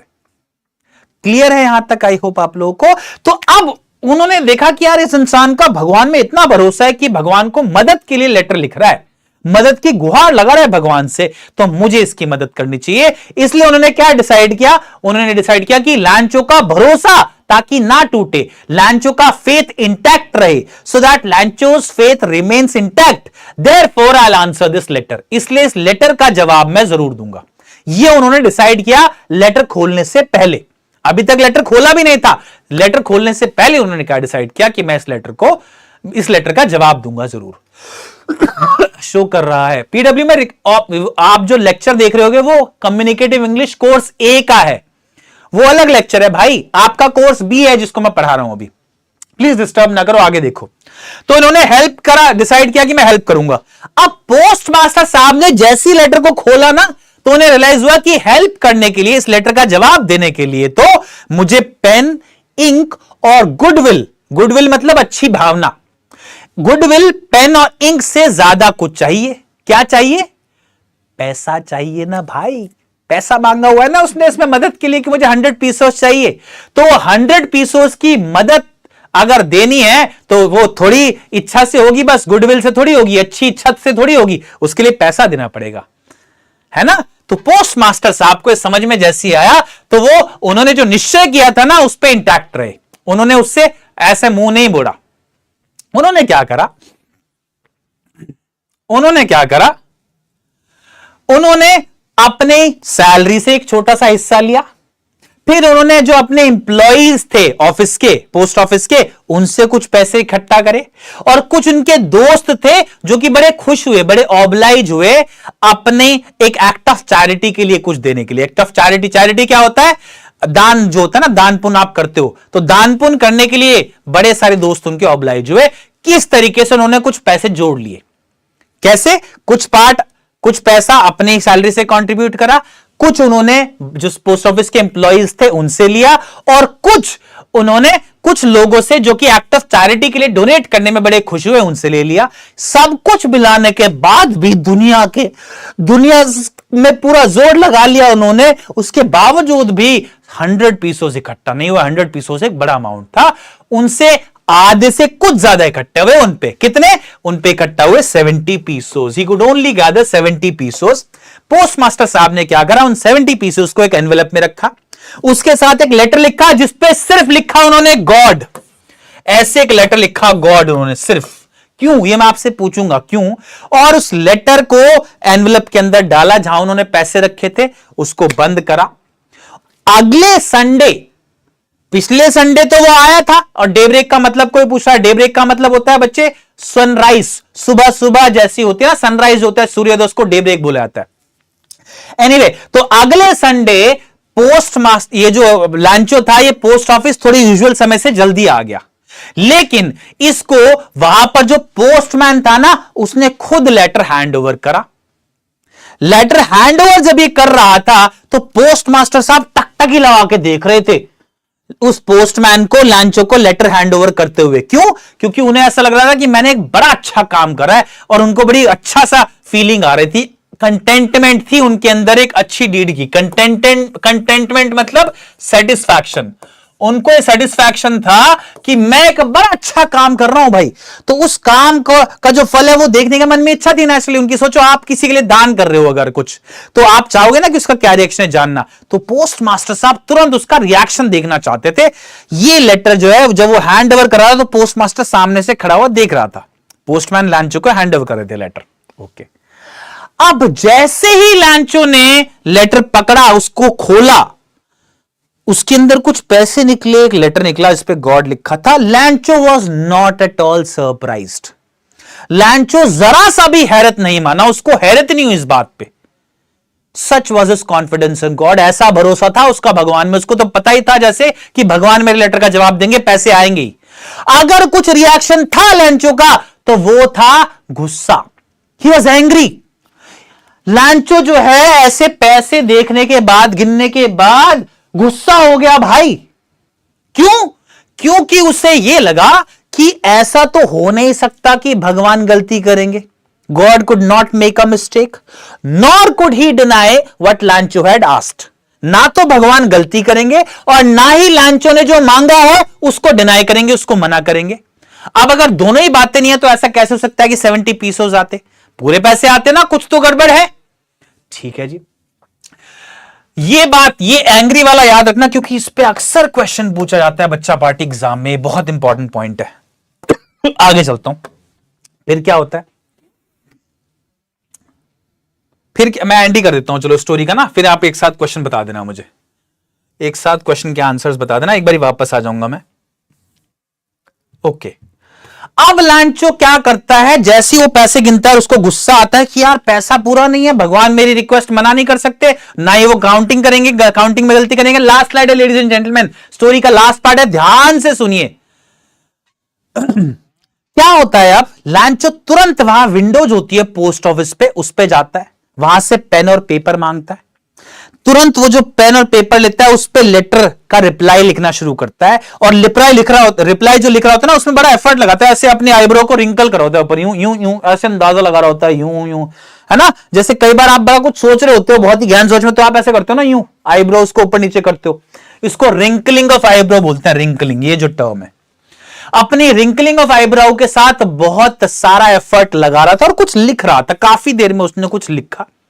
जब उसने लिख लिया तो वापस विंडो पे गया, वहां से एक स्टैंप ली, उस स्टैंप को लिख के ऐसे, और वापस वो जो लेटर था ना उसके एनवेलप पे ऐसे लगा दिया और उससे ब्लो ऑफ फिस्ट से उसको ब्लॉक बंद कर दिया। ब्लो ऑफ फिस्ट, फिस्ट होती है मुट्ठी, ब्लो मतलब ऐसे हिट करना, ऐसे ब्लो ऑफ फिस्ट के साथ वो स्टैंप जो है उस लेटर के ऊपर उसने चिपका दी और उसको मेल बॉक्स में जैसे ही डाला, नेक्स्ट मोमेंट पे जो पोस्ट मास्टर है उसने वहां से ले लिया और उस रिप्लाई को पढ़ा। क्या लिखा था उस रिप्लाई में, देखिए, जिसके साथ आपका लेटर खत्म होता है lesson. God of the money that I asked for, only 70 pesos reached me. Send me the rest, since I need it very much. But don't send it to me through the mail. लेकिन मुझे mail से मत भेजिएगा उसको, because the post office employees are a bunch of crooks. लैंचो। Affix मतलब चिपकाना। क्या बोला यहां पर इसने कि भगवान जो पैसे मैंने आपसे मांगे थे ना, उसमें सिर्फ 70 पीसोज ही पहुंचे मुझ तक 70 पीसोज ही पहुंचे। सेंड मी द रेस्ट, मुझ तक बाकी पैसा पहुंचा दो, since I need it very much, क्योंकि मुझे उसकी बहुत जरूरत है। But don't send it to me through the post, लेकिन मुझे मेल के थ्रू या पोस्ट के थ्रू नहीं भेजिएगा उस पैसे को। क्यों? Because the post office employees are a bunch of crooks, क्योंकि पोस्ट ऑफिस एम्प्लॉइज एक बंच ऑफ क्रूक्स हैं। क्रूक मतलब होता है क्रिमिनल या चीट, धोखेबाज, क्रिमिनल या चीट, एक डिसऑनेस्ट पर्सन, बेईमान इंसान को भी क्रूक बोला जाता है। लैंचो, इस लेटर के साथ ये स्टोरी आपकी खत्म होती है। क्या आपको समझ में आया हुआ क्या है यहां पर? समझ में आया हुआ क्या है यहां पर? अब लांचो ये डाउट करता है भगवान को, जो अगला लेटर लिखता है वो ये सोच के भेजता है कि भगवान पैसा जो आपने भेजा था ना उसमें से कुछ पैसा कम आया है, वो पोस्ट ऑफिस एम्प्लॉयज ने चुरा लिया है शायद, ऐसा बोलता है। मतलब इसको ये समझ में आता है लांचो को, और इसलिए बोलता है कि भगवान लेटर को जो पैसा आप भेजो ना मुझे भेजो, बाकी पैसे की जरूरत है, जो पैसा आप भेजो लेकिन वो मेल से मत भेजेगा क्योंकि पोस्ट ऑफिस एम्प्लॉयज ने वो एक बेईमान लोग हैं, वो चुरा लेंगे मेरा पैसा फिर से। ठीक है, समझ में आया कि नहीं आया? जानना चाहूंगा आपका क्या एक्सप्रेशन है इसमें। बड़ी आयरॉनिकल एंड है इसका। आयरॉनिकल एंड क्यों है इसका? आयरनी क्या होता है? जब भी एक सिचुएशन में आप एक्सपेक्ट तो कुछ करें लेकिन हो कुछ और जाए, ये होता है आयरनी। जैसे मैं मान सकता हूं कि ये जो फायर ब्रिगेड की कार है या फायर ब्रिगेड का स्टेशन है, उसका क्या काम होता है? आग बुझाने का काम होता है। लेकिन सोचो एक फायर ब्रिगेड की कार के अंदर या फायर ब्रिगेड स्टेशन के अंदर ही आग लग जाए, तो ये आयरॉनिकल है। एक ऐसा इंसान जो कि ताले बनाता हो उसी के घर में चोरी हो जाए, तो भी आयरॉनिकल है। एक ऐसा इंसान जो कि पुलिस में काम करता हो उसी के ऊपर पुलिस केस हो जाए, ये भी आयरॉनिकल है। समझ में आया? आप जो एक्सपेक्ट करते हो उसके विपरीत हो जाए। तो अब इस सिचुएशन में आप क्या एक्सपेक्ट करोगे कि पोस्ट ऑफिस एम्प्लॉय जिन्होंने असल मायने में मदद करी है लांचो की, बड़े एफर्ट लगाए पोस्ट मास्टर और पोस्ट ऑफिस के एम्प्लॉयज ने सबने मिलकर, आप एक्सपेक्ट करोगे कि लांचो जो है ये फाइंड आउट करने की कोशिश करेगा किसने मेरी मदद करी, उसको शुक्रिया अदा करेगा। As opposed to that Lencho उन सब लोगों को जिन्होंने उसकी मदद करी है उसको बोलता है कि ये क्रिमिनल से बेईमान लोग हैं, भगवान इनके थ्रू मत भेजिएगा मेरा लेटर, ये पैसा ले लेंगे मेरा दोबारा, आप मेरा पैसा सीधा मुझे भेजिएगा। ठीक है, समझ में आया? होप आप लोगों को समझ में आया? आप लोगों को आयरनी क्या होता है? एक ऐसी सिचुएशन जहां पर आप कुछ उम्मीद कर रहे हैं और हो कुछ जाए, इसलिए इसका एंड आयरॉनिकल है। क्लियर है? समझ में आप लोगों को? I hope okay. अब मैं जानना चाहूंगा आप लोगों से कि आपको स्टोरी से क्या मैसेज मिला, क्या सीख मिली, इस स्टोरी से क्या मैसेज मिला। और coming back to those questions, message related है उन दो सवालों से जो मैंने आपसे स्टार्टिंग में पूछे थे। पहला सवाल, क्या ये लेटर भगवान तक पहुंचा? और दूसरा सवाल, क्या भगवान ने इस लेटर का जवाब दिया? क्या ये लेटर भगवान तक पहुंचा और क्या भगवान ने इसका जवाब दिया? ये मैं जानना चाहूंगा आपसे। आपने स्टोरी पढ़ ली है पूरी, बताइए बताइए जल्दी से बच्चा पार्टी, कम ऑन। नो।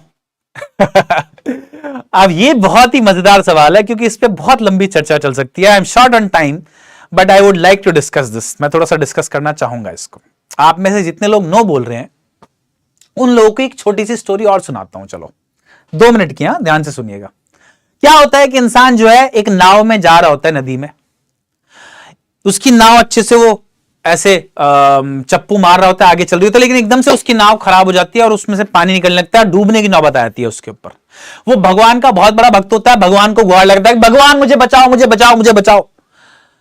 एकदम से वो देखता है कि सामने से एक और नाव में एक इंसान आता है और उसको बोलता है कि अरे आ जाओ मेरी नाव में आ जाओ। तो उसको मना करता है, नहीं नहीं नहीं नहीं, बोलता है कि नहीं मेरे को तो भगवान बचाने आएंगे। उस इंसान को भगा देता है, उसकी नाव डूबने लगती है। वो फिर से भगवान को गुहार लगता है, भगवान मेरे को बचाओ मेरे को बचाओ मेरे को बचाओ। फिर से एक और इंसान आता है उसको बचाने के लिए। वो बोलता है मेरी नाव में आके बैठ जाओ, लेकिन वो इंसान मना करता है, बोलता है कि नहीं मेरे को तो भगवान बचाने आ रहे हैं। वापस भगा देता है उस इंसान को। फिर से उसकी नाव डूबने लगती है। इस बार उसकी जब वो भगवान से गुहार लगाता है, भगवान मुझे बचाओ मुझे बचाओ मुझे बचाओ, कोई नहीं आता। उसकी नाव जो है डूब जाती है। वो ऊपर जाता है भगवान के पास, स्वर्ग में बोलता है भगवान मैंने आपको इतनी बार आवाज लगाई, आप मेरी मदद करने नहीं आए। तो भगवान कहते हैं अरे पागल, मैंने 2 लोग भेजे थे तेरी मदद के लिए, तूने उनको वापस क्यों लौटा दिया? भेजे तो थे, मैं थोड़ी खुद आऊंगा बचाने के लिए, मैंने भेजा था ना, कोई मेरे रूप में कोई ना कोई पहुंचेगा ना तेरे पास। तो स्टोरी की सीख क्या है? Coming back to the original story. अब लांचो ने जो लेटर लिखा वो भगवान के पास हो सकता है ना पहुंचाओ। इसके 2 आंसर बन सकते हैं। एक हो सकता है ये कि आप में से कुछ लोग मानते नहीं भगवान के पास नहीं पहुंचा, और दूसरा स्कूल ऑफ थॉट हो सकता है कि कुछ लोग आप में से बोले कि हां भगवान के पास नहीं पहुंचा, भगवान के किसी बंदे के पास पहुंच गया। एक तरह से भगवान के पास ही पहुंच गया ना। दूसरा, क्या उसके लेटर का भगवान ने जवाब दिया? इसके भी 2 आंसर बन सकते हैं। आप बोलेंगे, कुछ लोग बोल सकते हैं नहीं भगवान ने जवाब नहीं दिया, उसके लेटर का जवाब दिया पोस्ट मास्टर साहब ने। है ना, जैसे कि आप लोग लिख भी रहे हो यहां, आप लोग लिख भी रहे हो ऐसा, पोस्ट मास्टर साहब ने जवाब दिया, भगवान ने नहीं दिया, पहला आंसर बनता है। दूसरा आंसर हो सकता है कि yes God actually answered his letter, भगवान ने उसका लेटर आंसर किया, किस तरीके से, पोस्ट मास्टर साहब के थ्रू। खुद थोड़ी आ जाएगा भगवान, किसी ना किसी के थ्रू वो हेल्प करी है भगवान तक। तो मैं पर्सनली, ये मेरा पर्सनल बिलीव है, और लिटरेचर की ये खूबसूरती है कि इसमें आप अपना बिलीफ अपने पास रख सकते हो। आपको अगर लग रहा है कि भगवान के पास लेटर नहीं पहुंचा तो आप भी सही हो, मुझे अगर लग रहा है कि पहुंचा तो मैं भी सही हूं, दोनों सही हैं। तो पर्सनली मुझे लगता है कि भगवान में अगर आपका भरोसा है तो जरूर आप लोग जो भी आप चाहते हो, जो भी आपका गोल है, वो पूरा हो जाता है। ठीक है, ये मेरे को लगता है। तो मुझे पर्सनली लगता है कि वो जो लेटर है भगवान के पास पहुंचा और भगवान ने लेटर का जवाब भी दिया। ठीक है, बिल्कुल सही जवाब दिया। तो पहला मैसेज इसी बात से रिलेटेड क्या आप मैं ड्रॉ आउट कर सकता हूं, आप लोगों ने बोला भी है, क्या मैसेज लिखूं, क्या मैसेज लिखूं, जल्दी से बताओ। फेथ कैन मूव माउंटेन्स, बहुत सही, बिल्कुल सही बात है। पहला लेसन है यही, फेथ कैन मूव माउंटेन्स, भरोसा तो पहाड़ भी हिला सकता है, इसलिए सबसे बड़ी चीज हैव फेथ इन ऑलमाइटी, भगवान में विश्वास रखिए और अपने ऊपर भी भरोसा रखिए। Have faith in almighty and yourself, अपने ऊपर भी रखिए भाई। पहला, ये तो सीख मिली हमें लांचो से, भरोसा रखना चाहिए। दूसरी सीख क्या है ये भी बताओ फटाफट से, दूसरी सीख भी तो बताओ ना बच्चा party. Not everyone is a liar, लांचो have faith in God, बहुत बढ़िया। फोकस एंड फेथ, बहुत अच्छे, नाइस, क्या बात है। Trust is more important, very nice. We should believe in humanity, वाह वाह, बहुत अच्छे। पोस्ट मास्टर साहब से क्या सीख मिलती है, या पोस्ट ऑफिस एम्प्लॉइज से मान लो, क्या सीख मिलती है जल्दी से बताओ। फिर इसके बाद पोल करेंगे, पोल क्वेश्चन है बहुत सारे, आपके जितने भी एनसीईआरटी क्वेश्चन है वो मैंने ऑब्जेक्टिव फॉर्म में, एमसीक्यू फॉर्म में ऐड कर दिए हैं, उनको हम पोल की फॉर्म में डिस्कस कर लेंगे। जल्दी से बताओ दूसरा क्या है भाई, पोस्ट ऑफिस के जो एम्प्लॉइज हैं, पोस्ट मास्टर साहब, उनसे क्या सीखते हो आप। ये है सबसे इंपॉर्टेंट लेसन इस लेसन का, क्या कि आप हमेशा मदद करिए। We can always be kinder, ये कहीं सुना था मैंने, मैं बहुत स्ट्रांगली मानता हूं इसको। आप किसी भी सिचुएशन में आप हमेशा उसमें काइंड, दया भावना अपने मन में रख सकते हैं, आप हमेशा किसी ना किसी की मदद के भाव से चल सकते हैं आगे। पोस्ट मास्टर साहब और इनके एम्प्लॉइज को कोई एक्नॉलेजमेंट नहीं मिला लांचो से, ना ही उनको एक्नॉलेजमेंट की उम्मीद थी, अदरवाइज वो अपना नाम नहीं लिखते लेटर पे, वो भगवान का नाम क्यों लिखते लेटर पे उसको वापस भेजने से पहले। उन्होंने भगवान का नाम लिखा और वापस भेजा ना 70 पीसोस उसको, लांचो को, वो अपना नाम भी तो लिख सकते थे। इसका मतलब उनको कोई इच्छा नहीं थी रिकॉग्निशन या एक्नॉलेजमेंट की, उसको कोई, उनको नहीं बताना था लांचो को कि मैंने भेजा है पोस्ट मास्टर ने, उनको बस ये बताना था कि भगवान की तरफ से मदद आई है। ऐसे लोगों की जरूरत है इंसानियत में। उनसे हम क्या सीख सकते हैं कि हमें एक दूसरे की मदद करनी चाहिए, चाहे हमें एक्नॉलेजमेंट रिकॉग्निशन मिले या ना मिले। ठीक है, दूसरा क्या है, we should help whenever possible, जहां पर भी पॉसिबल हो हम लोगों को हेल्प करनी चाहिए। हो सकता है उसका रिकॉग्निशन या एक्नॉलेजमेंट हमको ना मिले, लेकिन फिर भी करनी चाहिए, मदद करते रहना चाहिए, क्योंकि मदद पे दुनिया बसी हुई ना कभी आपके साथ भी हुआ होगा कि आपको बहुत जरूरत होगी मदद की और किसी अच्छे इंसान ने आपकी मदद कर दी होगी बिना किसी लालच के। यही सीख हमको पोस्ट मास्टर साहब देके जाते हैं। क्लियर है, आई होप। ये हर स्टोरी का एक लेसन है, एक इंपॉर्टेंट सा सीख मिलती है आपको स्टोरी से, वो स्टोरी का ही है। अब आगे चलते हैं, चलिए बिगिनिंग विद द क्वेश्चंस। तो जो क्वेश्चंस हैं एक बारी वो कर लेते हैं, इसके जो आपके सेक्शन बी और सी के क्वेश्चंस हैं। हु और what did Lencho have faith in, what did he do. लांचो का भरोसा जो था वो किसमें था और क्या किया उसने, बताइए जल्दी से। बिटवीन द टेक्स्ट जो क्वेश्चन है पहले वो डिस्कस करते हैं, फिर हम आगे करेंगे। आप चाहोगे इनको एमसीक्यूज की फॉर्म में करना, अगर करना चाहते हो तो चलो मैं पोल लेके आता हूं, ये रहा लो। हु और what did Lencho have faith in and what did he do, question का आंसर बताइए जल्दी से। लांचो का फेथ, फटाफट से करते हैं, चलिए सारे क्वेश्चंस को पोल की फॉर्म में जल्दी से। अब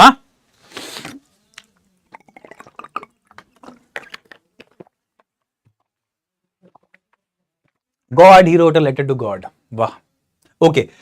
हु और what did Lencho have faith in, what did he do, correct answer option C, he wrote a letter to God asking for help. ऐसा आप बोल रहे हो, कुछ लोग बोल रहे हैं ऐसा, कुछ लोग नहीं बोल रहे हैं।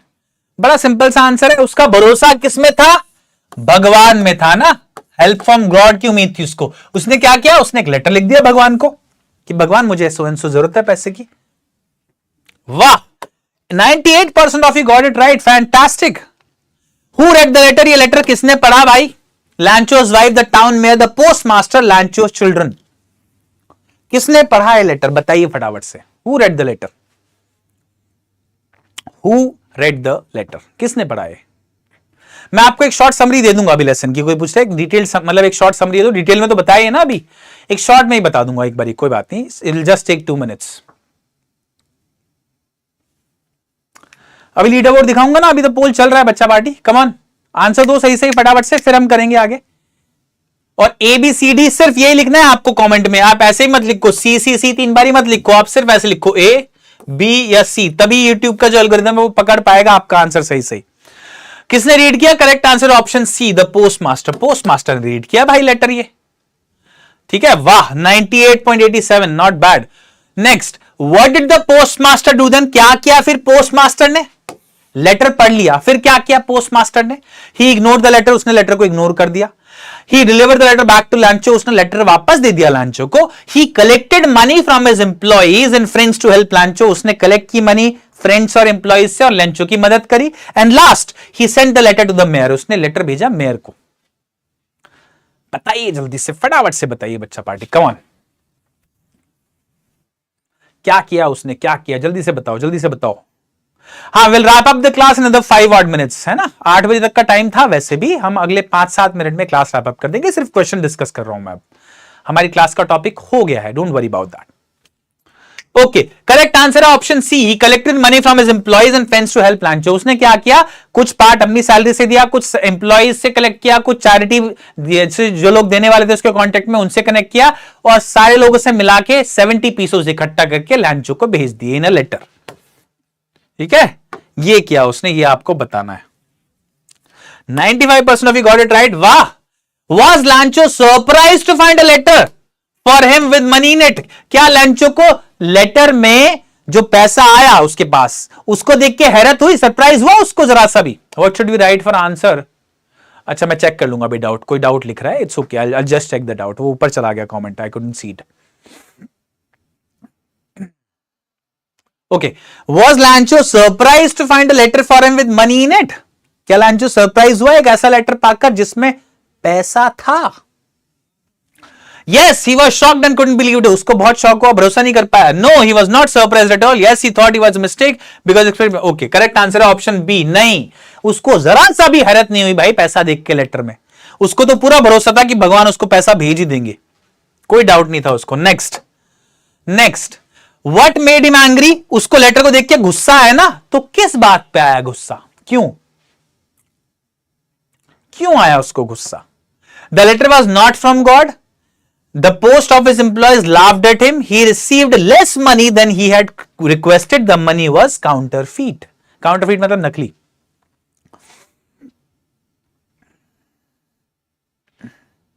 क्या होगा, क्या होगा, जल्दी से बताओ आंसर फटाफट से,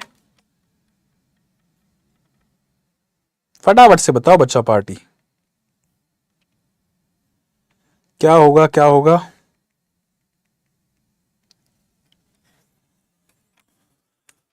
ठीक है, ये काउंटरफीट का मतलब तो पता है ना, नकली, जाली।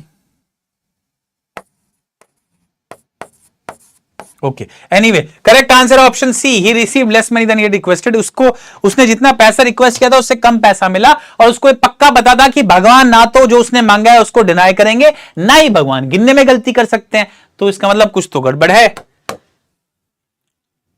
74% of you got it right, nice nice nice. Next, ये हम कर चुके हैं, इसके बाद के कुछ क्वेश्चंस हैं वो भी बताओ फटाफट से। हु डज लैंचो, ये एनसीईआरटी के क्वेश्चंस है बाय द वे।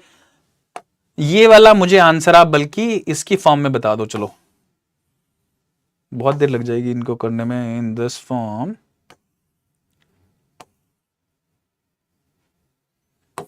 अच्छा चलो बता ही दो यार, कोई बात नहीं, it should take a while, but कर लेते हैं चलो। Okay, what who does Lencho have complete faith in, which sentence in the story tell you this? Lencho का किसमें कंप्लीट फेथ है? एनसीईआरटी के क्वेश्चन जो आपके हैं वो हम कर रहे हैं अभी। हाँ, लैंचो का कंप्लीट फेथ किसमें है? और सेंटेंसेस जो स्टोरी हैं उसमें बहुत सारे ऐसे इंस्टेंसेस जो आपको बताते हैं, कोई एक इंस्टेंस बताइए, एग्जांपल के तौर पे एमसीक्यू में मैंने डायल दिया है वो, बट बताइए, his neighbours, the government, his family, God. अच्छा ये तो आप बता ही दोगे ना, सीधा बता दोगे तो आप, ठीक है। और क्या एग्जांपल है, all through the night लांचो thought only of his one hope, the help from God. पूरी रात वो हेल्प फ्रॉम गॉड चाहता रहा, है ना। दूसरा एग्जांपल क्या दे सकते हो आप इसमें, ये भी बता सकते हो कि लांचो के पास जब लेटर आया तो उसने बिल्कुल भी डाउट नहीं किया इस बात पे कि लेटर भगवान से आया है। इनफैक्ट उसको गुस्सा आया कि पैसा कम कैसे है ना। ये भी दिखाता है उसका भगवान में अनक्वेश्चनिंग फेथ, बिल्कुल ही डाउट नहीं करता था कि भगवान का लेटर आएगा नहीं आएगा। Correct answer option D. आप बता चुके हो इसका आंसर मुझे, 93% of you got it right. Next question है, why does the postmaster send money to Lancho? Why does he sign the letter God? Postmaster ने क्यों लेटर भेजा लांचो को, पैसा क्यों भेजा उसको, लेटर में पैसे डाल के भेजा ना उसने, क्यों ऐसा किया। दूसरा, why does he sign the letter God? और उसने भगवान का नाम क्यों लेटर पे लिखा, अपना क्यों नहीं लिखा। एक तरह से बड़ा इंपॉर्टेंट क्वेश्चन है, ये पूछा जाता है अक्सर, रिपीटेडली पूछा जाता है। बताइए, to prove Lencho wrong, to make fun of him, Lencho को गलत प्रूफ करने के लिए, to maintain Lencho's faith in God, भगवान में उसका फेथ बना रहे इसलिए उसने लेटर का जवाब भेजा, क्या पैसे भेजे। To make him believe in the help come from, that the help came from God, और ये भी भरोसा दिलाने के लिए कि मदद भगवान से ही आई है। To trick Lencho, to play prank on him, to show off his wealth, to flaunt his generosity. Generosity मतलब अपनी उदारता, कि भाई मैं बहुत बड़ा दानवीर हूं, ऐसा दिखाने के लिए।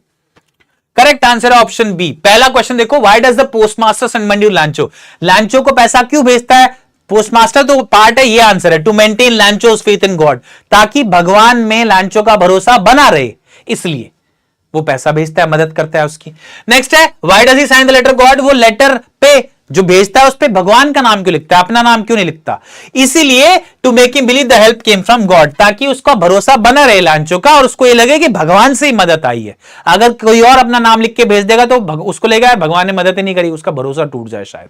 तो उसका फेथ को इंटैक्ट रखने के लिए, उसका भरोसा ना टूटे, इसलिए ऐसा किया पोस्टमास्टर साहब ने। बहुत बढ़िया, 78% of you got it right. Did Lencho try to find out who had sent the money, why not. क्या लांचो ने, बड़ा इंटरेस्टिंग सवाल है बाय द वे, क्या लांचो ने कोशिश करी जानने की कि पैसा भेजा किसने है, क्यों और क्यों नहीं, जो भी आपको लगता है उसका रीजन ही बताना है। बताइए, ये क्वेश्चन तो मेरे को सब्जेक्टिव देना चाहिए था, मुझे लगता है आप लोगों को वैसे, बट देन अगेन दिया है तो दिया है, कोई बात नहीं, डिस्कस कर लेते हैं एक बारी।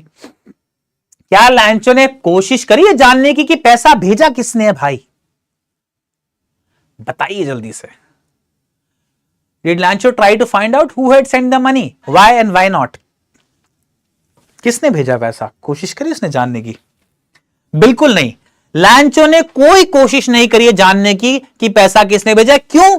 क्योंकि उसको तो डेफिनेट श्योरिटी थी कि ये पैसा भगवान ने भेजा, उसको कोई डाउट नहीं था। सच was his confidence in God that he completely and utterly believed that the money was sent by God, क्योंकि उसको लगता था पैसा भगवान ने भेजा, उसमें कोई डाउट भी नहीं था उसको, इसलिए। No, because he believed it was from, no, ये ऑप्शन नहीं। No, because he had complete faith that it came from God, कि उसको पूरा भरोसा था कि भगवान से ही आया है, इसलिए उसको लगा ही नहीं कि कहीं और से आ सकता है। Next, Who does Lancho think has taken the rest of the money? क्या लगता है लांचो को कि बाकी जो बचा हुआ पैसा है, 70 पीसेस आए थे ना उसके पास, वो किसने ले लिया है, क्या लगता है उसको? His neighbors, the government, the post office employees, his family, किसने लिया है, बताइए फटाफट से, जल्दी से बताइए, फटाफट से बताइए, come on. Who does Lancho think has taken the rest of the money?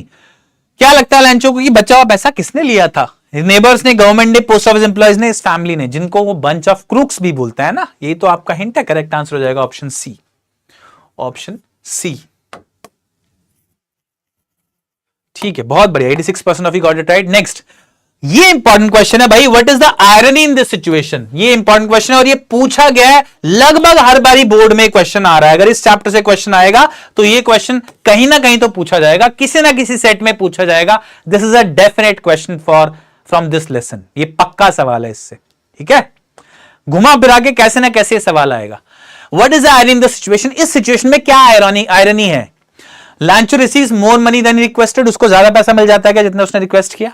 The post office employees whom Lencho suspects are the ones who help them, वो पोस्ट ऑफिस एम्प्लॉय जिनको लांचो डाउट करता है, suspect करता है, suspect मतलब doubt करता है, जिन पे शक है उसको, उन्हीं लोगों ने उसकी मदद करी। लांचो finds the money himself, the government sends the money. क्या इसमें आयरॉनिकल है? Correct answer option B. 82%, वाह बहुत बढ़िया। तो आयरनी आप समझ ही गए होंगे, वही पोस्ट ऑफिस एम्प्लॉय जो कि उसकी मदद कर रहे हैं उन्हीं को वो बंच ऑफ क्रुक्स बोल देता है, उन्हीं पे उसको डाउट है ना, यही आयरॉनिकल है इस सिचुएशन में। Next, are there people like Lencho in real world, what kind of person would you say he is? लैंचो की तरह आपको क्या लगता है, क्या लैंचो की तरह और भी लोग हैं दुनिया में?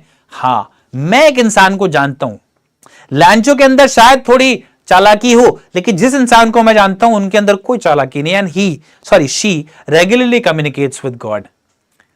Not really communicate I would से, बट उनका भगवान में ऐसा भरोसा है, बहुत ही अच्छी इंसान है, मेरी गुरु मैं उन्हें मानता हूं, बहुत ही अच्छी इंसान है। और वो अक्सर डायरी लिखती हैं, जब भी ज्यादा परेशान होती हैं तो डायरी में लिखती हैं भगवान को, जैसे आप लोग लेटर लिखोगे ना भगवान को, इस तरीके से वो लेटर लिखती हैं डायरी में अपने भगवान को।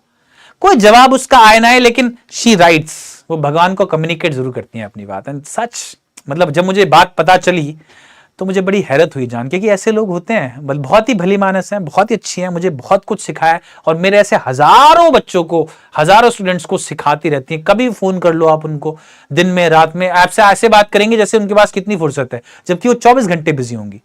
तो इस तरह की कुछ इंसान है लैंचो जैसी वो, बस लैंचो में कुछ हो सकता है थोड़ी बहुत एक ट्रेस ऑफ नेगेटिविटी हो, क्योंकि वो पोस्ट ऑफिस एम्प्लॉयज को गलत ठहराता है, बट बाकी उनमें तो वो भी नहीं है। एनीवे, क्वेश्चन बताइए इस आंसर का, इस क्वेश्चन का आंसर बताइए। Are the people like Lencho in real world? तो मुझे लगता है यस, बिल्कुल है, आपके चार तरफ भी होंगे, आप लोग भी बताइएगा कोई है क्या जिसको आप ऐसे जानते हैं। What kind of person would you say he is? किस तरह का इंसान है वो? Greedy and selfish. ग्रीडी मतलब होता है लालची, सेल्फिश मतलब होता है जो सिर्फ अपने बारे में सोचे, अपने आप को लेके इमेजिन करे चीजों को। नए मतलब होता है भोला, इसको पढ़ते हैं नाइव, ठीक है, नाइव पढ़ते हैं, जिसका मतलब क्या होता है? भोला। एंड अनक्वेश्चनिंग, अनक्वेश्चनिंग जो किसी पे भी डाउट ना करे, भगवान पे ऐसा भरोसा हो कि कोई डाउट ही ना हो उसमें। कॉमिकल मतलब फनी, स्टूपिड मतलब बेवकूफ। अनग्रेटफुल मतलब जो कि ना शुक्रगुजार हो, किसी ने मदद करी हो तो उसको शुक्रिया ना करे। और कनिंग मतलब होता है धूर्त। तो करेक्ट आंसर क्या होगा इसका, बताओ जल्दी से। आप लेसन में थ्रू आउट ये देखते हो कि वो option B is the most appropriate, I would say. Naive and unquestioning है, बिल्कुल भोला है और भगवान में ऐसा डाउट है कि कोई क्वेश्चन नहीं करता, डाउट नहीं करता भगवान के ऊपर। करेक्ट आंसर हो जाएगा बी। कुछ हद तक मुझे ये भी लगता है, वैसे अनग्रेटफुल भी थोड़ा सा मुझे लगता है वो। अनग्रेटफुल मतलब ना शुक्रगुजार, इतनी मदद करी उसकी कहीं से तो आई ना, भगवान को भी थैंक यू नहीं बोला उसने, अगर उसको लगता है कि भगवान से आई मदद। Oh good good good good good, है ना। इसके साथ हम पहुंच गए इस चैप्टर के एंड पर। आई होप आपने इस चैप्टर को मजा किया, इसमें पूरा मजा किया हो। मैं एंड करता हूं इस क्लास को। अब एक बारी आपकी पोजीशंस देख लेते हैं लीडर बोर्ड पे। Pokemon, game rack, Shikha, the big noob, all 3 top पे हैं। Then max cookie, Tanupriya, Anshika and Avni channel, tricky, Manya Sharma, the foodie friends, Ritika, call, Kritika, Beena पर गई, gonna study and Divya and dangerous player. Top 15 का मैंने नाम पढ़ दिया। शाबाशी आप लोगों को, वेल डन, बहुत बहुत बढ़िया आप लोग, well done, well done, very well done. Kudos जो इसमें आज शोकेस कर पाए। जो लोग नहीं आ पाए it's okay, what should be right. जो लोग नहीं आ पाए इट्स ओके। मैं एक बार डाउट आप लोगों को देख लेता हूं। Who is the writer? Jules Fuentes है। मीनिंग ऑफ कोरेस्पॉन्डेंस, कोरेस्पॉन्डेंस मतलब होता है रिटर्न कम्युनिकेशन। अगर मैं आपके साथ कोरेस्पॉन्डेंस कर रहा हूं, इसका मतलब आपके साथ रिटर्न बातचीत कर रहा हूं, लेटर के थ्रू बातचीत कर रहा हूं। कनिंग मतलब होता है धूर्त, ठीक है। I miss your class. So I miss. Thank you so much. That means a lot to you. That means a lot to me. But I hope आपको आज की क्लास में मजा आया होगा, आपको आज की क्लास अच्छे से समझ में आई होगी। बिल्कुल डिटेल में मैंने कोशिश करी आपको उसको समझाने की, एंड आई होप आप पिक भी किया होगा। हमने बहुत सारे क्वेश्चंस भी किए। विद दैट मैं आपके साथ चाहूंगा विदाई आज की क्लास, और आपको छोड़ के जाऊंगा एक अच्छी सी थॉट के साथ। थॉट यह है कि विवेकानंद साहब ने ऐसा बोला है कि जब भी आपके मन में एक संशय हो, आपका दिमाग कुछ कह रहा है और आपका ये जो हृदय है, दिल है, वो कुछ और कह रहा है, ऑलवेज फॉलो योर गट। हमेशा अपने गट को फॉलो करिए। अगर आपका ब्रेन और आपका हार्ट अलग अलग डायरेक्शन में जा रहे हैं, follow your heart, follow your gut. आपके मन से निकली हुई बात कभी झूठी नहीं होती। हाँ, ये जरूर है कि आपको पता होना चाहिए कि क्या सही क्या गलत है, बट देन अगेन अगर आप एक सेन इंसान, आप एक समझदार हैं जिस एज में आप हैं, फॉलो योर हार्ट, आप सही जगह पहुंचेंगे, ठीक है। With that I will say a very warm good evening to you, a very warm goodbye to you all. बहुत बहुत बहुत बहुत धन्यवाद आपका आज की इस क्लास के लिए। मिलते हैं जल्दी से अगली क्लास में। See you soon. Have a good evening ahead. Bye bye. Take care, this is Anurag Tyagi signing off for the day, see you.